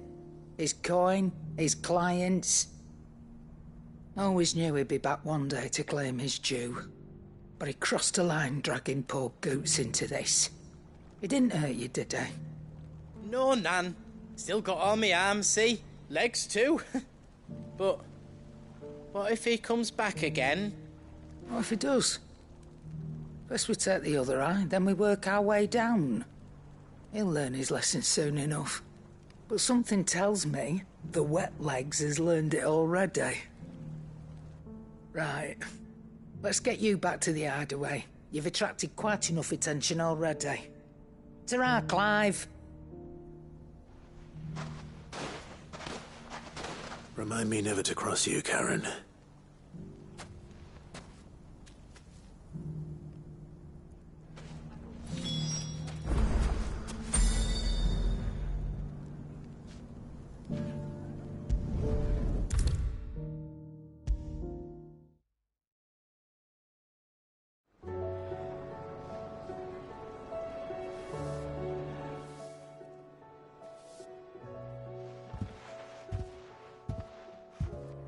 Nothing like a dish of cold vengeance to foul the gut. I'm sorry, Nan. I didn't mean to make things worse. I just thought I had to protect you. Like you've protected me. Aye, well, someone had to. Your parents certainly didn't give a whit for your well-being. Reckon the both of us would be worse off if I'd not taken you on.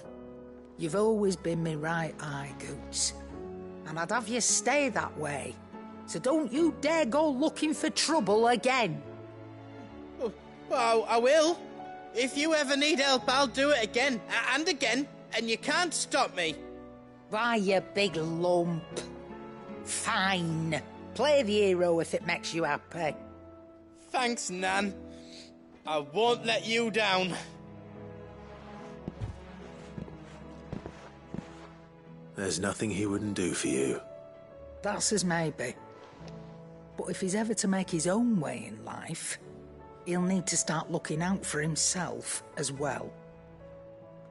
Till then, he'll need people to watch his back, just like you did in Dalamil. Don't think I didn't appreciate that. Of course. His family. Stop it. You make me one good eye, mister. I don't go thinking that'll do you any favours. A potion today'll cost you the same as it did yesterday.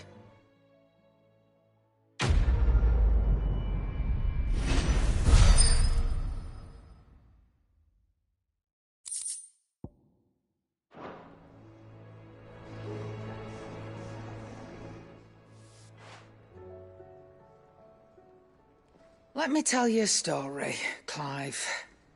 All right. Them rumours wet legs were spreading. Might be they weren't just tales plucked out of thin air. You see, there were a time when I weren't too particular about who I sold steel to, so long as they paid me the right price. Some women lust after blood, others after flesh, but me, I were always one for gold. And to satisfy that lust, I sold to opposing armies, stabbed my every client in the back, made myself the most hated woman in the twins. But then one day I met a man who made me a different kind of offer. Said he'd give me access to a realm-wide community of like-minded individuals in constant need of steel and sundries. On the condition I sold to him and his alone. Was that the first time you met Sid? Aye. And I fell right into his damn trap. He was true to his word, so I ended up being true to mine. And I soon started making the best profits I've seen since taking up the trade. And all without aiding or abetting any outlaws. Except Sid himself, that is. Told me about his plan to topple the mother crystals, you know. Said that with them gone, the realm would want for all manner of things. An opportunity for the likes of me to mint gil. Why, I reckon an enterprising individual could find himself the richest dam in the twins. And that's when he had me. I emptied my stores that day and moved into the hideaway proper. And the rest, as they say, is ancient bloody history. A dozen years on, and I'm still not the richest dam.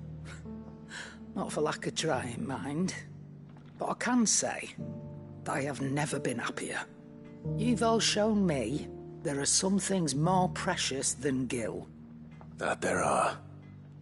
So don't you go messing it all up, or you'll have me to answer to.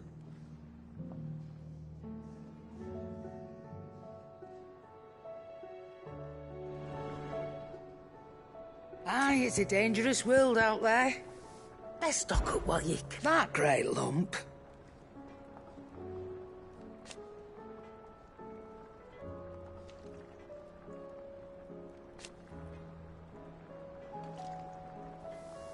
No.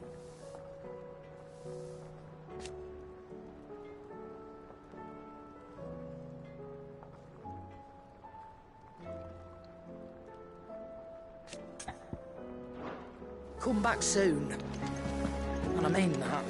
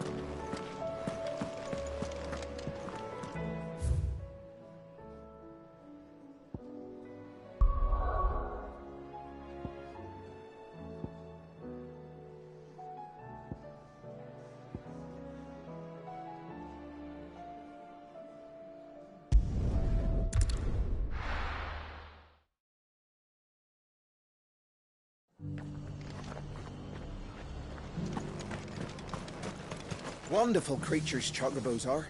They're fast, strong, loyal, and best of all, they won't balk if you point them into the belly of a flood. Thick skins, these birds have. Thicker than most, at least. Now, leave them in a flood too long and they'll turn, sure as eggs is eggs. But a quick dip in and out, and they're right as rain. Which is a boon to a trader like me. Reckon there's enough Akashic on the roads to worry about without this old girl turning.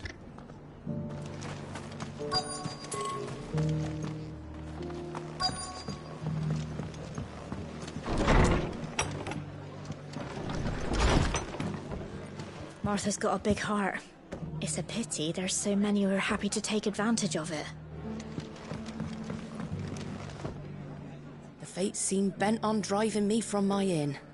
But if they want me out, they're gonna have to try harder.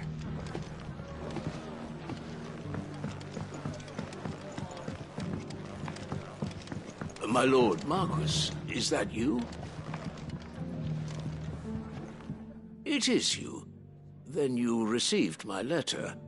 I am Sebastian Rutherford, chief steward of your lord uncle's estate. Of course. We met once before. Yes, my lord. Thank you for coming. And what was so sensitive that you couldn't put it in writing? 1,000 apologies, my lord. I did not mean to offend. I merely... It's all right. Continue. I am here at Martha's Rest, at the behest of your lord uncle, tasked with learning what I am able of the realm's current state of affairs. And what I have learned is grim. The fall of the Mother Crystals has left Storm in a state of utter disarray. The subsequent darkening of the heavens has only made things worse. Akashic attacks, once unthinkable, are now commonplace. The gears of governance have ground to a halt, and without a steady hand on the tiller, the realm threatens to drift into utter chaos. Your lord uncle, however, believes there is a way to avoid this fate, and is determined to see it set in motion. That sounds like quite the undertaking. It is. Hence my having enlisted the aid of several colleagues serving the 7 high houses. Alas, I have lost contact with 2 of those colleagues already. They are both able-bodied and trained in the sword, yet in these dark times, even that may not prove sufficient to keep a man safe on the road. So you want me to find them? I'll need to know where they went. One I sent to investigate the Republic, the other the old Imperial capital of Oriflamme. That doesn't exactly narrow it down. I suppose I'll start in Dalamil and work my way east. Thank you, my lord. I shall pray for your success and safety. My associate in Dhalmekia would have had to pass through the Republic's checkpoints to gain entry to the capital. Perhaps someone in Dalamil or Tabor would have seen him.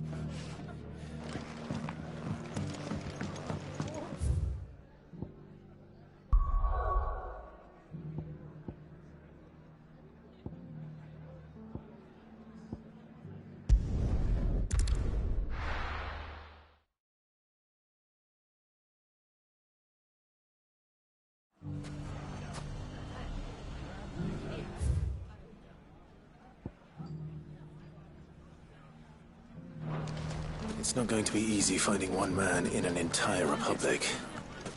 Let's hope someone here's seen something. Mummy, are the bad men going to come back? The gentlemen of the town guard are a strapping bunch. Perhaps.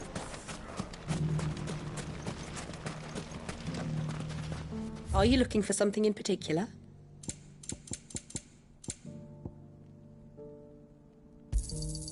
An excellent choice. Go with Gilbert.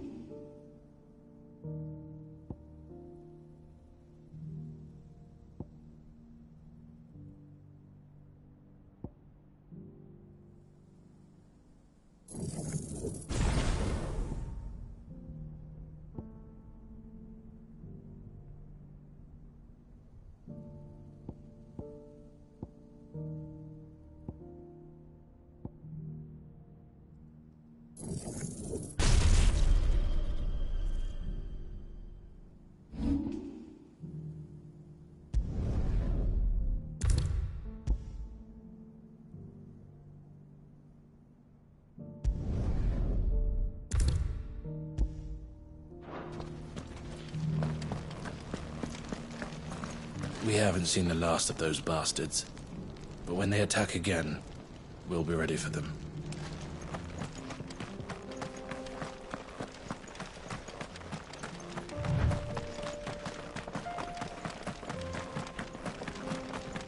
Someone's got himself in trouble.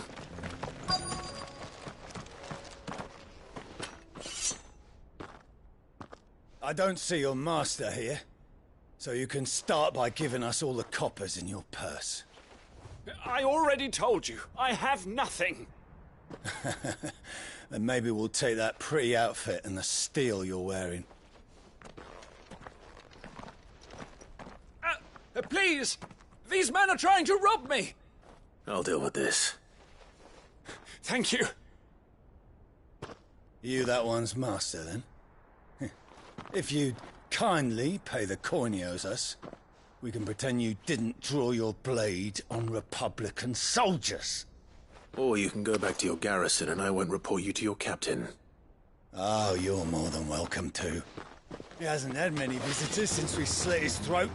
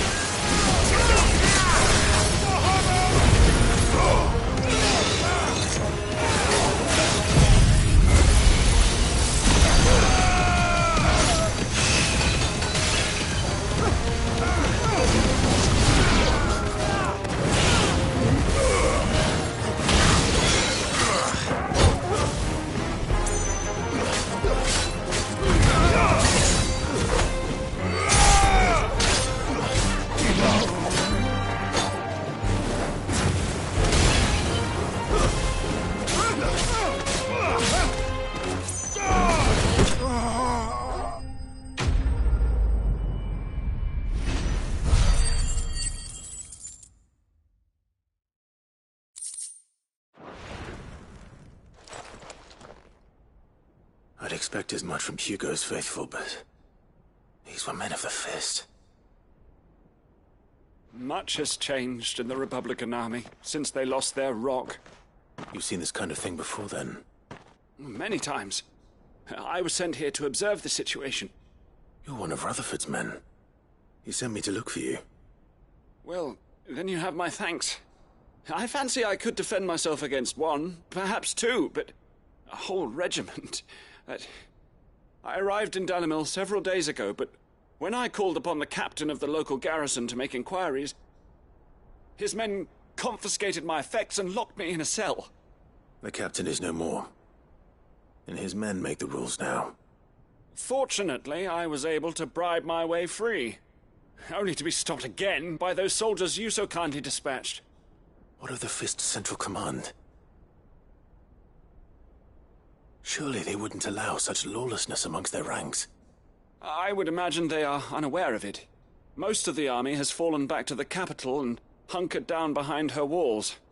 Those who weren't recalled now rule the fringes unchecked, answering to no one but themselves. Then it's worse than we imagined. You should return to Rosaria. It's not safe here. I'll find a caravan heading north. You won't mind if I borrow one of these soldiers' coin purses?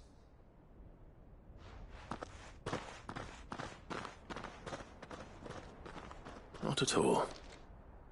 Now, to find this second associate of Rutherford's. If he was bound for Oriflamme, I'll start at Northreach and see if I can pick up his trail.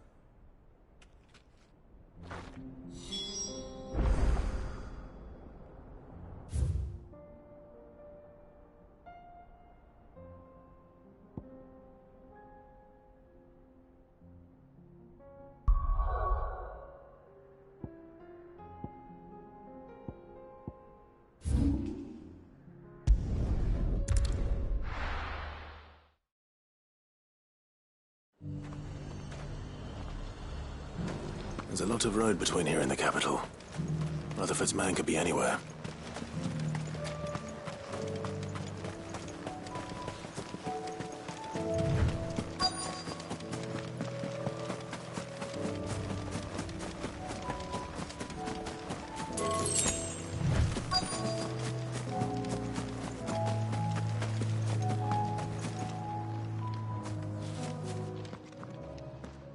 What happened here? If you're with the others, they've already relieved me of my belongings. I'm not. I'm looking for someone who was sent here by a man named Rutherford. And then you found him. I'm Alistair Rockford, attendant to the Lady Ariane of House Wellesley. Of the 7 high houses of Rosaria.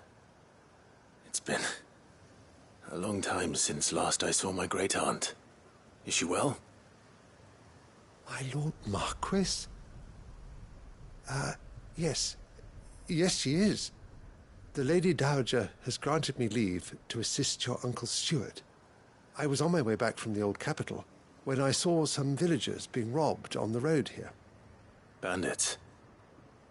They looked more like field hands, but it didn't matter in the end.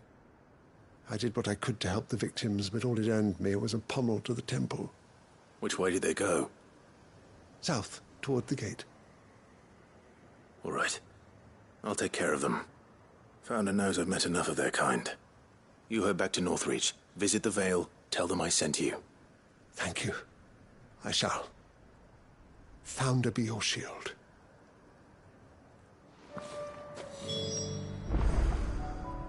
It was only a short while ago that I was assaulted. If you hurry south, you may find those who did this.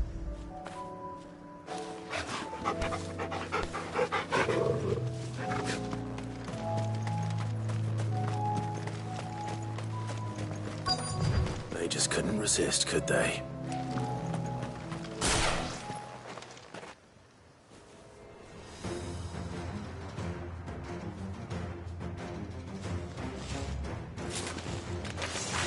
This one's ours, pretty boy.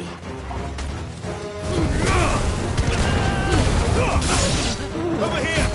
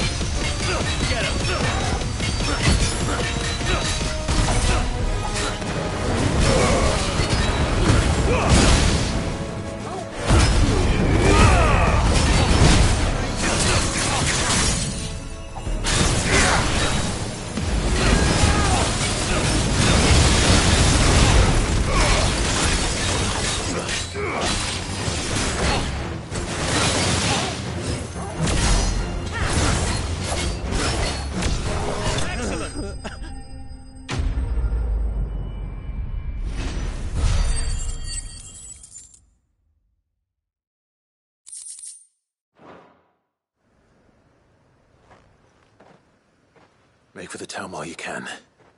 There may be more bandits nearby. You don't need to tell me twice. Many thanks, traveler. This looks to be all of them. I thought I told you to make for the Vale. and stand by as ill might befall the heir to the ducal throne. It's just Clive, and I'm fine, which is more than can be said for you. I will survive. Strange that the garrison wouldn't intervene in such a brazen attack so close to their gates. The garrison have their hands full inside the city. Some days they don't even send out patrols. There are few hands left to work the fields, and even fewer to transport the grain.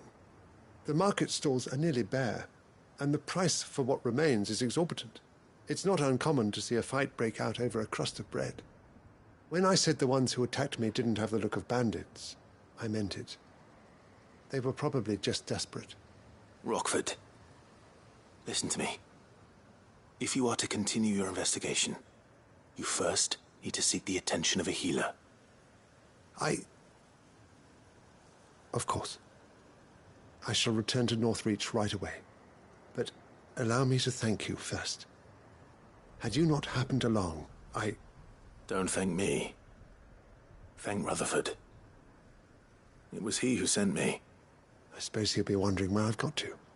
I shall send a Bastolus as soon as I'm able. Good day.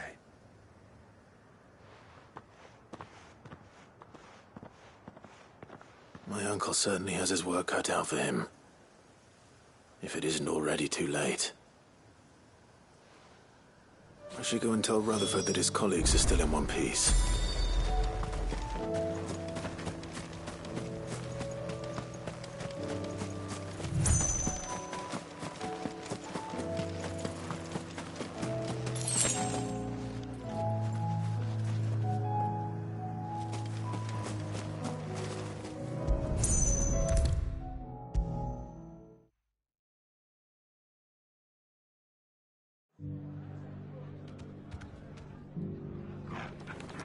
I see you're still here.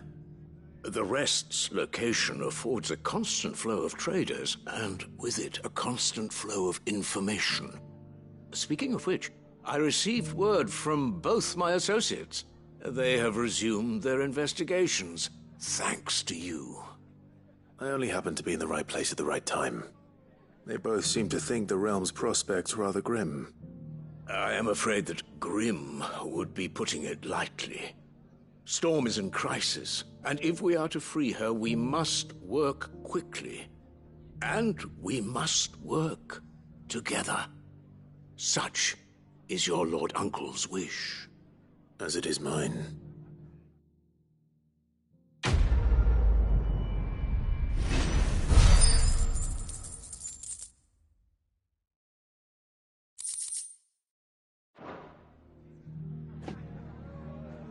I will see that your Lord Uncle is made aware of the situation in both Dalmekia and Sanbrek. And inform him of your timely assistance, of course. Fetch!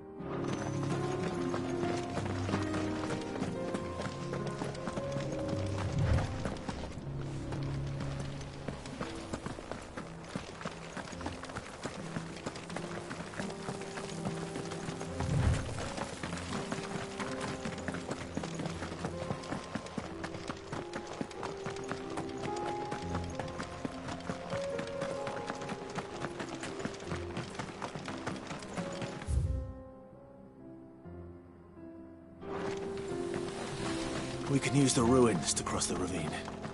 Assuming they will allow it. The Echoes have a will of their own.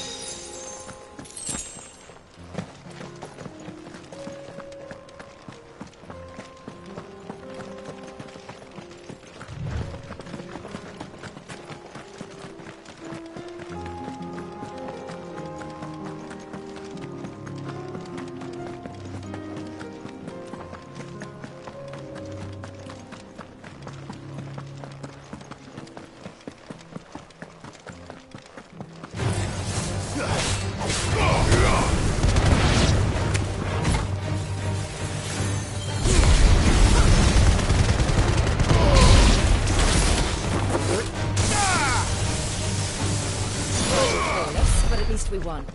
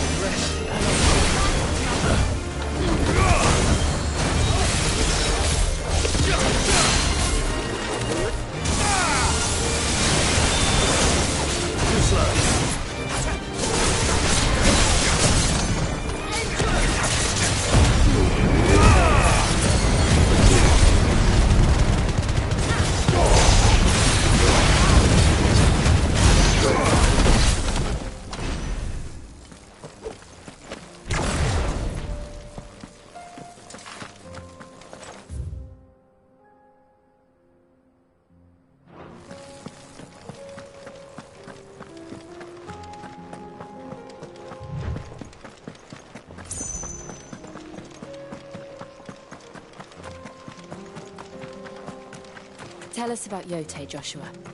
She's strong-willed, loyal, and deadly with a blade. Much like Clive, but with better manners.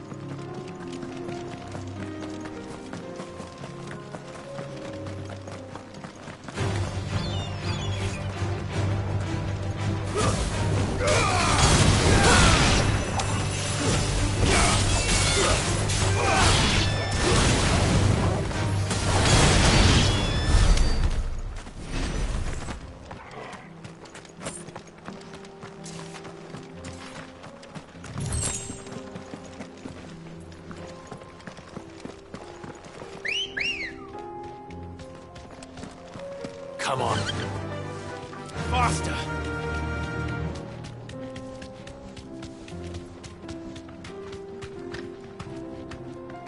You deserve a rest. I do. Where are you off to now, then? Bound for the Free Cities, perhaps? Oh, no need to say if you'd rather not. We all have our reasons. Ain't exactly feeling like sharing with strangers myself at the mo. Truth be told, I could do with a bit of inspiration. Don't know which way to turn no more. Was doing a roaring trade back in Oriflamme. Right up until the poor Drake lost her noggin. So, thought I'd try me luck in the desert. And the Fang went the same way. And don't get me started on the mess in the bloomin' Dominion. Suppose I could try Camber next. But knowing my luck, the old place would be crawling with the works before I'd even sat out me stall. But as I always say, where there's crisis, there's opportunity. The opportunity to mint Gil, that is. So, where to next? Is there any money to be made in Ash? Do orcs even carry Gil? I do. Where are you off to now, then? Bound for the Free Cities, perhaps?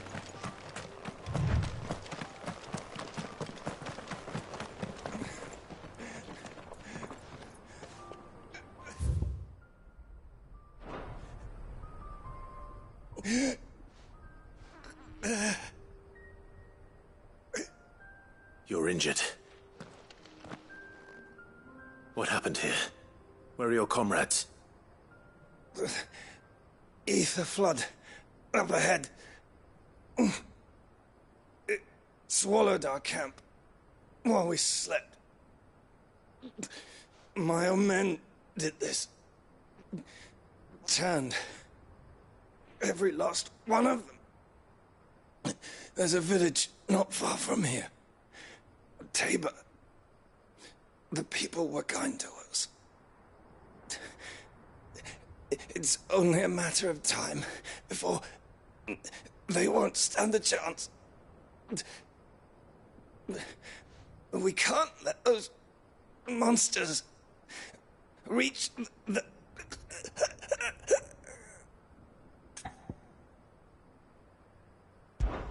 I'll go.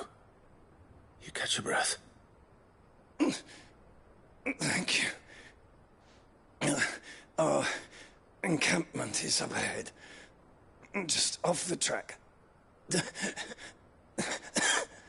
They must not reach Tabor. Forgive me, Lord Cougar.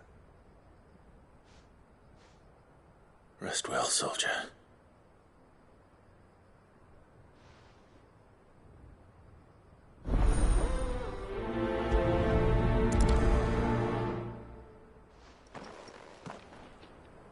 You said the encampment was close. Let's hope the Akashic are still there.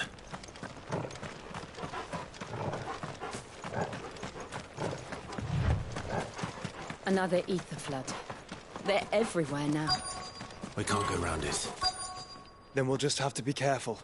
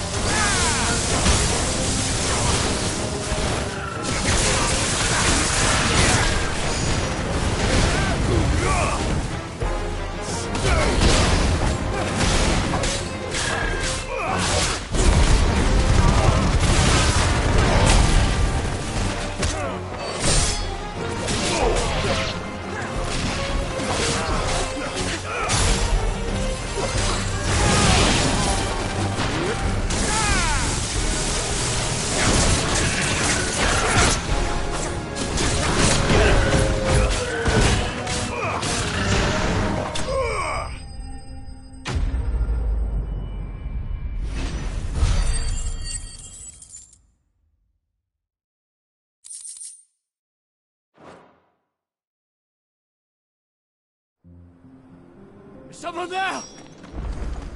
Please, I can't move my leg! That doesn't sound like an Akashic.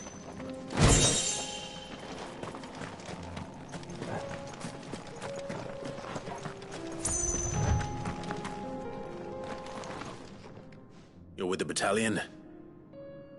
I am. I heard the fighting. Are the others? Taken care of. One of your brothers in arms told me what happened and asked for help. Another survivor? Where is he? Tell me.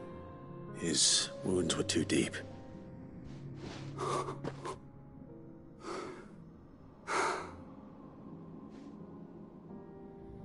He was right to send you.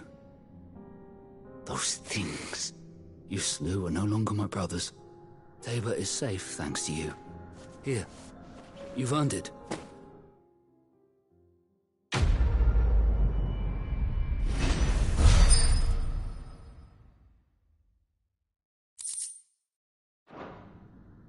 You seem familiar.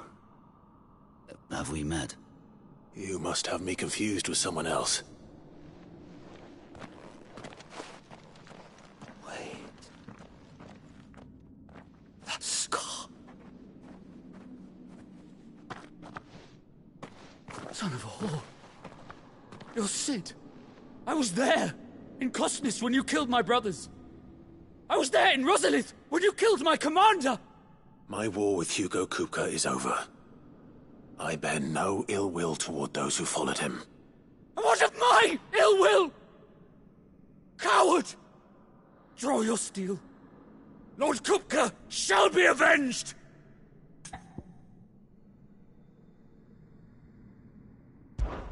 When your wounds have healed and your head has cooled, come and find me if you must. Though I hazard your life would be better spent in service of those who need it. Or have you forgotten your oath to the Republic? My oath? What would you know of oaths? I know how hard they are to keep. Which is why I'm giving you the chance to keep yours. No. I won't be deceived. Lord Kupka told us of your crimes. You are an outlaw. A murderer, not some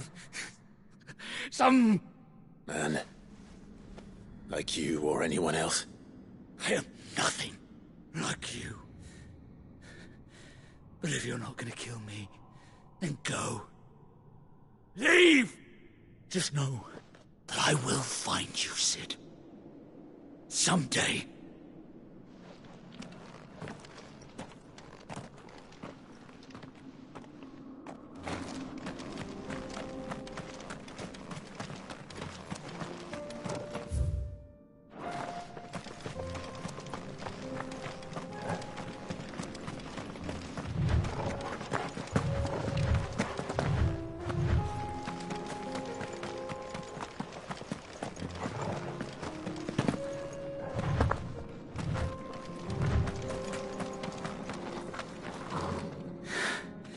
You will regret not killing me when you had a chance, Sid. I will avenge my master.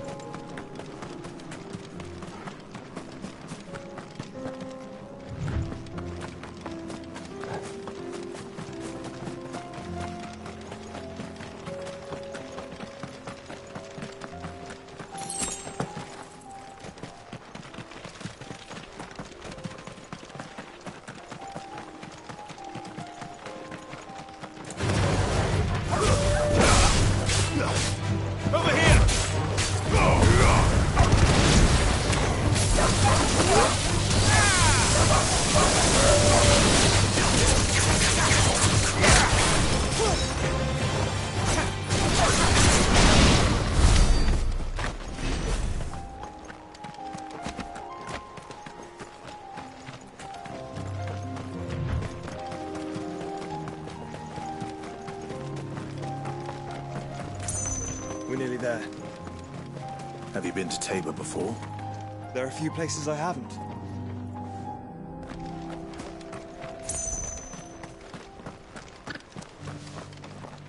Welcome, travelers.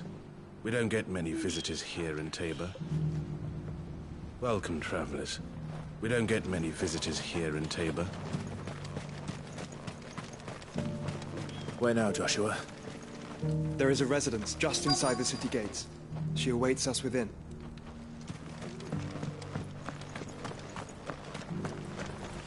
Welcome, welcome.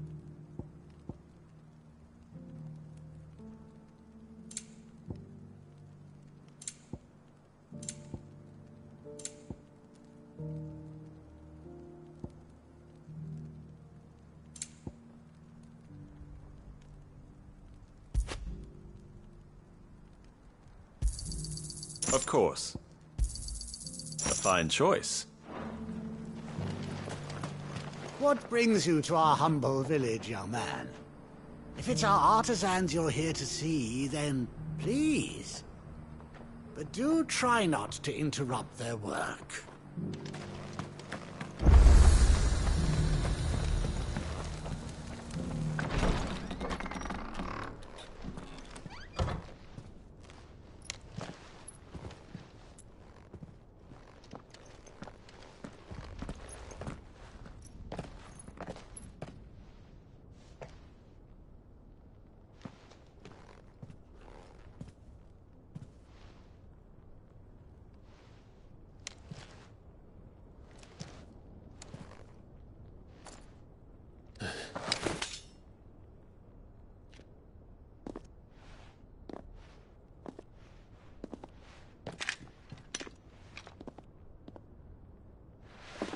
My Lord Marquis, it is an honor.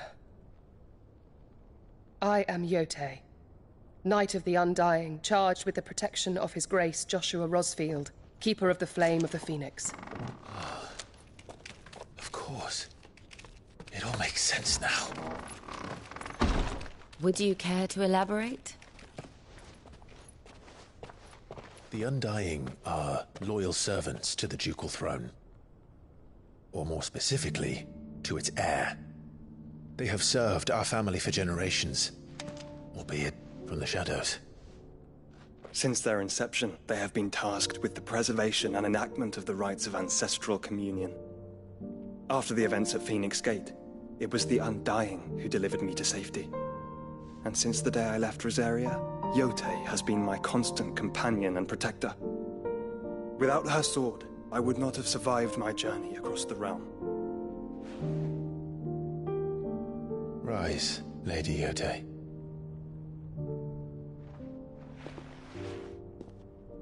You saved my brother. I owe you a debt I can never repay. I but did my duty. Come now. Tell us what you've discovered. Your Grace. It is as you feared. The vessel we spied off the coast of the Crystalline Dominion on the night of her fall. It was the Einherjar. Beyond any doubt. The Black Galleon. Joshua, the Einherjar is the Royalists' flagship. What business would they have in the Dominion?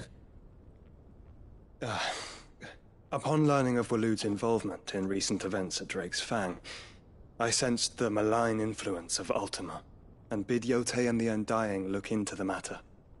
We have reason to believe that the Black Galleon weighed anchor shortly after the fighting began, and set a course due south. For Canva. Then it is Waloed knights who besiege the cities. What is left of them? Yes. And the Black Galleon sails at but one man's behest. Barnabas Tharm.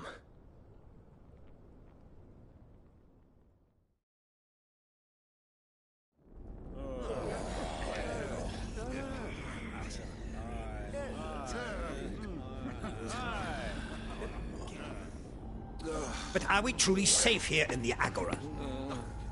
The city guard have been paid, if that's what you're implying.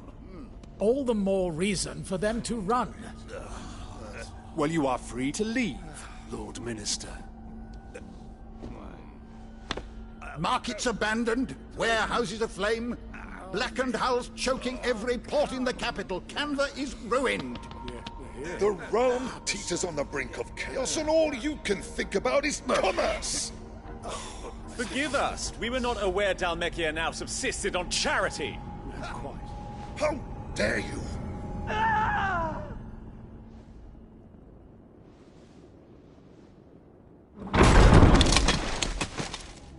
Distinguished members of the Council, you must forgive His Majesty this intrusion.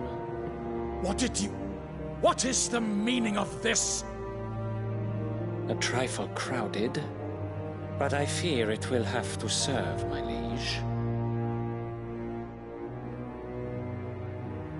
Very well. My colleagues, do you not see? The king! He has come to save us from the Akashic!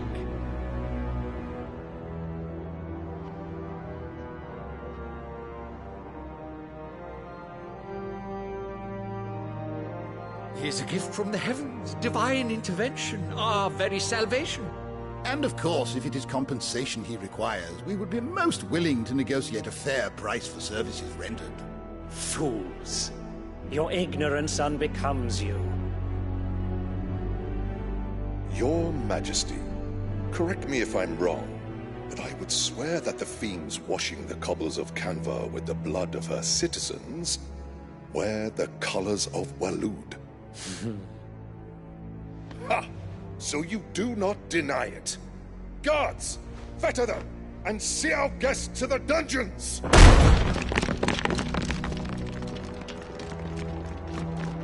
Enough.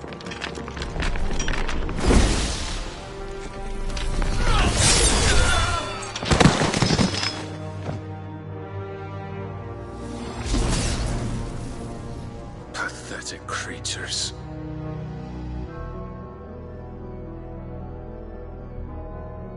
That you should imagine yourselves worthy of salvation. The girl is still here, somewhere in the city, her consciousness fair dripping with her late father's hubris. A consciousness to which Mythos is inextricably bound and inexorably drawn. See that he is made welcome. Yes, Your Majesty. Come, Mythos. Surely the prince's light cannot have sated you.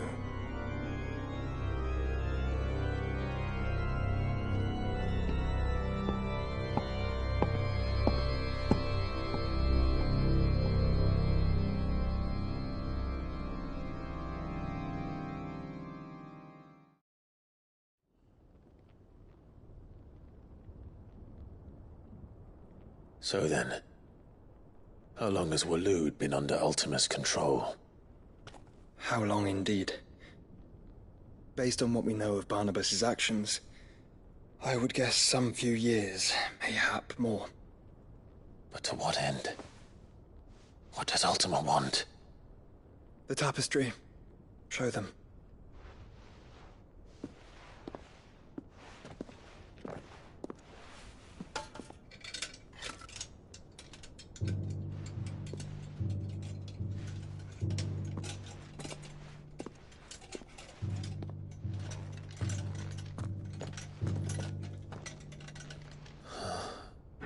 By the flames. Phoenix Gate, Drake's Breath, and now here. But what is it? It is old, ancient, even. Naught remains of the faith it represents, save what can be gleaned from the image itself. None could tell me what the one in the apothecary meant, even the Undying. But I believe it may be the key to discerning Ultima's purpose. That figure in the center, the one beneath whom the icons congregate, that I believe to be Ultima. He is a god, or at least godlike, his very existence beyond our ken. The Icons, and by extension their dominants, are meant to be his subjects, and while some, like Barnabas, have accepted this role, others have rejected it, like you, Clive, which is rather inconvenient, as it appears he needs you most of all. And gods don't like to be disobeyed. No, I don't suppose they do. Clive, may I tell Yote of the lake? By all means. Yote, I will be accompanying my brother to the Free Cities. Whilst we are afield, I would have you watch over those Clive has made his wards. Omielos delan tuisag ilith. Though well concealed, the hideaway lacks trained fighters to defend its occupants should they be discovered. But it is my duty to... As it has ever been my brother's duty, remember. If that is your wish, Your Grace. But please be safe. If aught were to befall you, You have my word.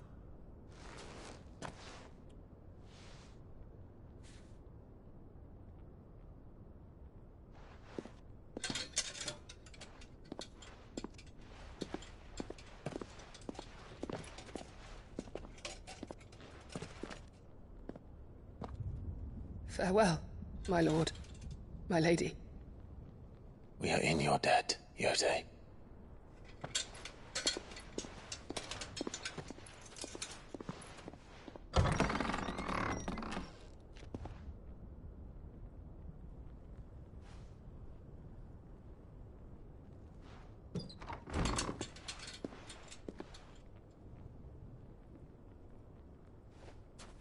Let's find our friends.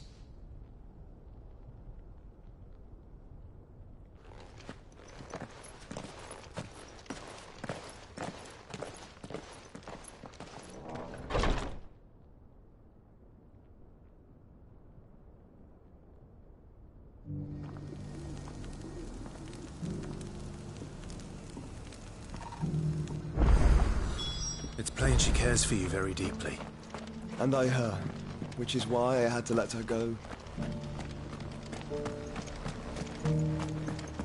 Opportunity beckons. Who among you is bold enough to heed her call?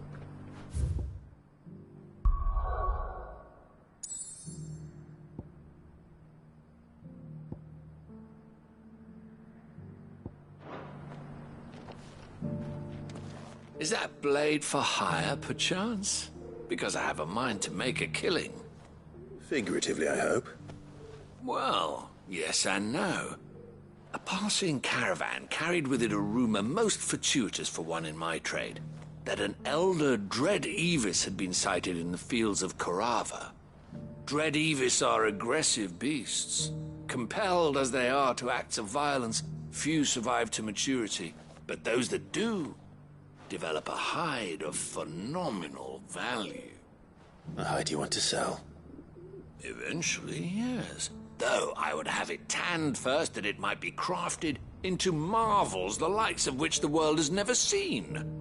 Dread Evis skin is a rare thing indeed. But the worked hide of a well-aged beast, now that would fetch such coin that Gilbert himself might weep with envy.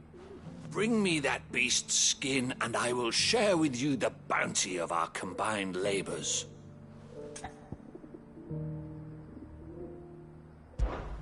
All right. I'll hunt your Evis. Of course you will. When one lives in such troubled times, it is a fool who lets opportunity slip his grasp. Leave Tabor through the east gate, but take the path that branches west. Once you reach the checkpoint at Tovany, you are a mere stone's throw from the fields of Corava. I eagerly await your safe, and above all, triumphant return.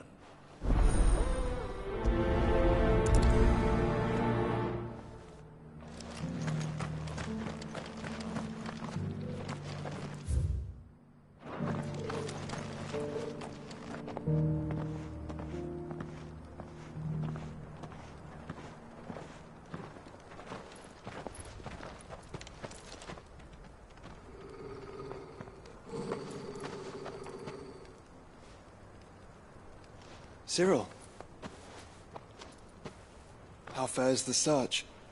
Well, Your Grace, my report shall be with you ere long. Ah, yes. Yotei is otherwise engaged, at my behest. And the duty of wardenship? Fulfilled. For as you see, I've been reunited with my first shield. I am Cyril, Knight of the Undying and bearer of the Burning Quill, charged with chronicling the mortal deeds of His Grace, Joshua Rosfield, keeper of the Flame of the Phoenix and rightful Archduke of Rosaria. I entrusted Cyril here with overseeing the investigation into Ultima's origins. Findings from his brothers and sisters afield are delivered here to be collated and catalogued. Just how many Undying are there? Not nearly enough, milady. Yet we are glad to give our all in service to the Phoenix. Such is, and has ever been, our creed. I see. You have your associates, I have mine. But you may now think of them as ours. That won't be a problem, will it? The Phoenix is our sun, and we but the shadows that quicken in his radiance. It is from the darkness that we serve, both him and now you.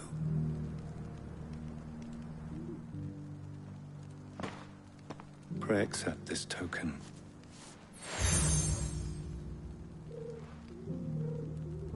For as long as you bear it, members of our order will reveal themselves unto you. If there is nothing further. No. You are dismissed. Your Grace.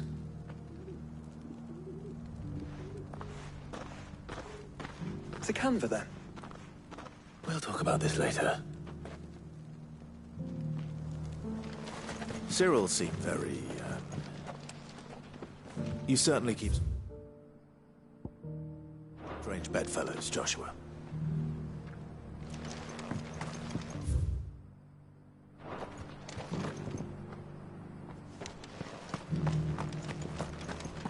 A fortune in skin and scale awaits any man with the will to claim it for his own.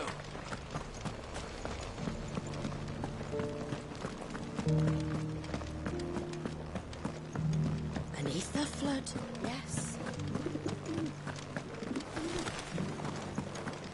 How are those new boots treating you? They're fantastic. Soft as phoenix down, but tough as boiled bone. You there! The strapping lad with the sword. Finally, no one was paying me the slightest heed. Is something wrong? At the university, the students would hang on my every word. Sadly, this far from home, I'm just a vagrant greybeard. The university? You're a scholar. A specialist in ancient cultures. The most accomplished in all Valisthea, some have said. Not that I look the part in these tattered rags. In my heyday, no obstacle could have kept me from my studies. Yet here I am, a wizened windbag, bested by the many steps of Tabor. The answers I seek lying just beyond my enfeebled reach. Would you do an old man a kindness and brave the stairs in my stead? You'll be amply rewarded, of course. Climb the stairs and... And memorize a few inscriptions for me. Assuming you know your letters, that is. Some courteous soul is rumored to have carved clues to Tabor's rich history into stones dotted about the village. 3 of them, to be precise. 1 each to the north, south, and east. I'm here in the hope that those carvings might shed light on a riddle I've been pondering for some time. Namely, the otherwise undocumented origins of Tabor's unique people. People quite unlike those of neighboring lands. I can't promise I'll remember everything perfectly. Remember what you can. I'll piece together the rest. Make for the domed pavilions, and you'll have no trouble finding the stones.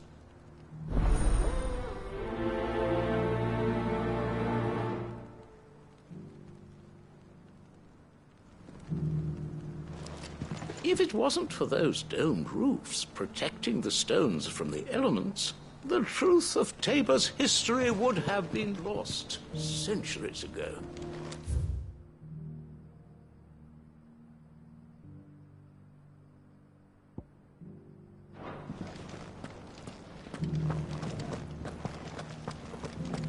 Careful how you pack that leather. Any creases or scratches will bring down the price.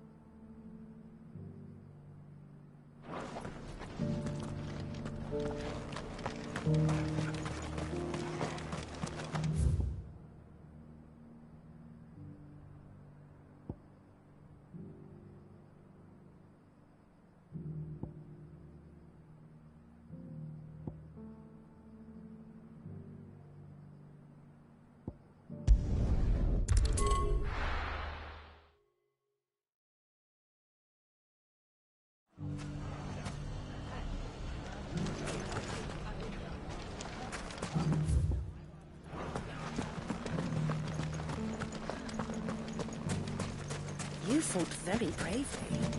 The safety of the town is in our hands.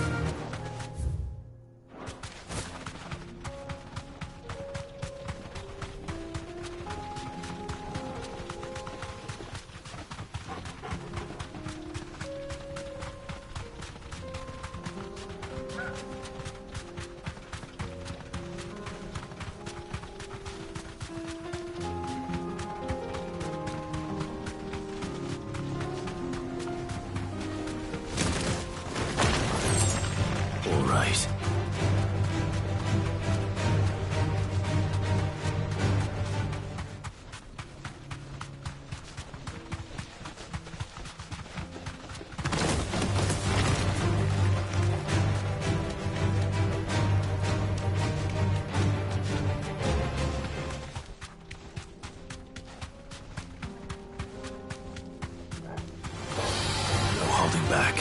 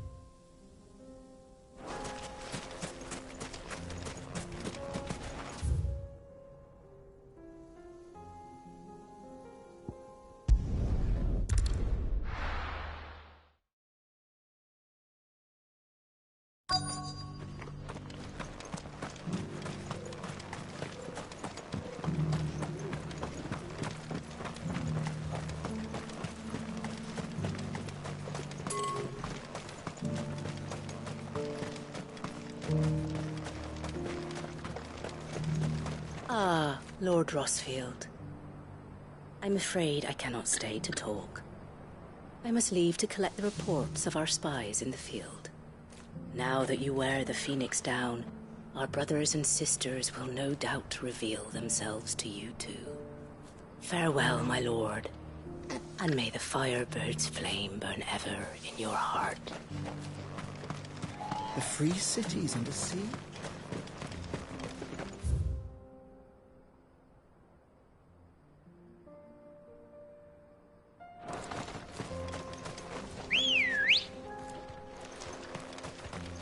Ready, go? Fly, Ambrosi. Are you sure this is the right way, brother?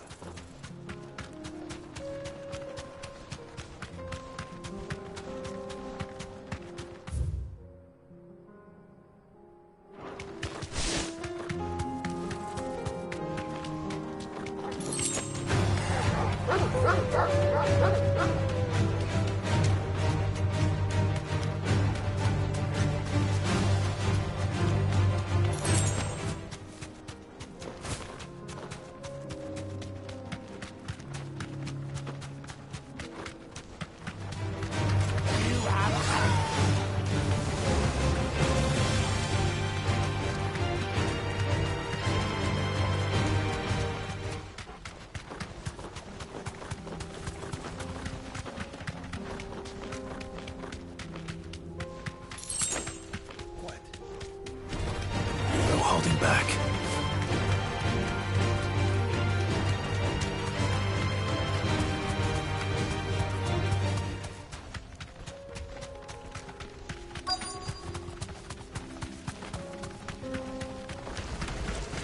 Old he may be, but it looks like there's still plenty of fight in him yet.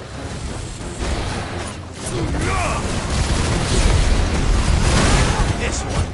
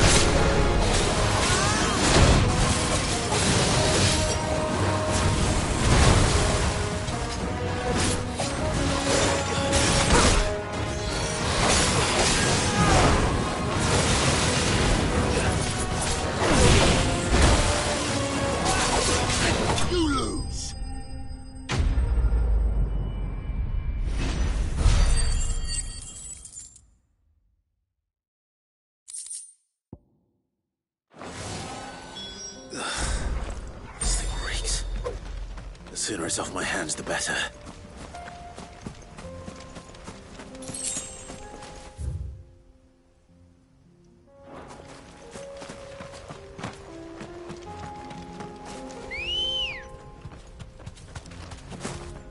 Come on. Faster!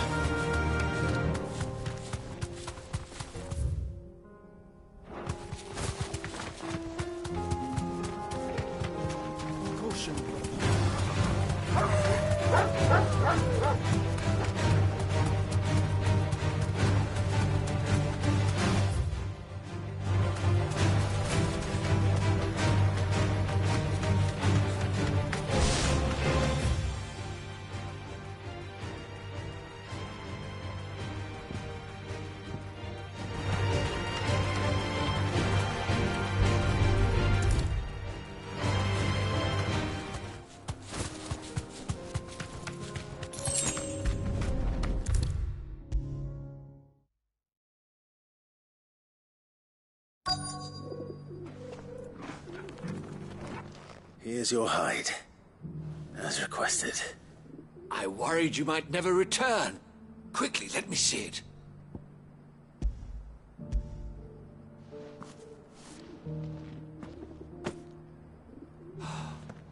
Oh, as supple as a maiden's cheek, yet as adamant as her virtue. This is everything I had hoped for, and more. Clearly, my trust in you was not misplaced. You must be a hunter of considerable talent to have bested the beast with nary a scratch. Join me as my honored partner. With my means and your might, we shall be as wealthy as the merchant kings of Zemeckis. I don't plan on making a habit of this. I'm busy enough as it is. Very well. Though I believe fate had a hand in our meeting, it would be unbecoming of me to beg. Do not allow me to keep you from being about your business. Here, for the hide.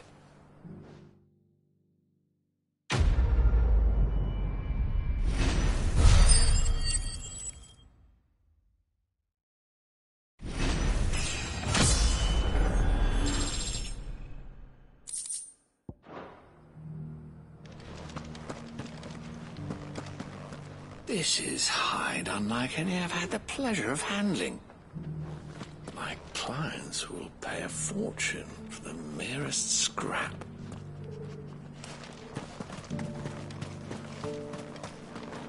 Here, take a look at my wares. A fine choice.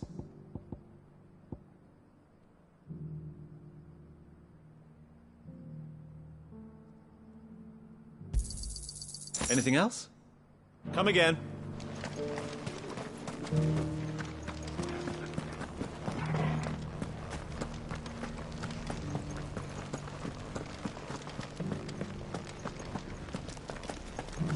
Here's the scraps you were after.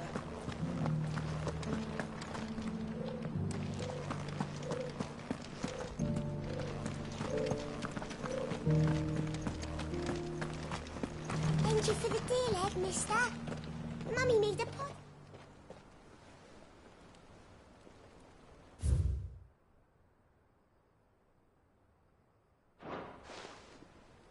What golden plains might the wanderers have called home, I wonder?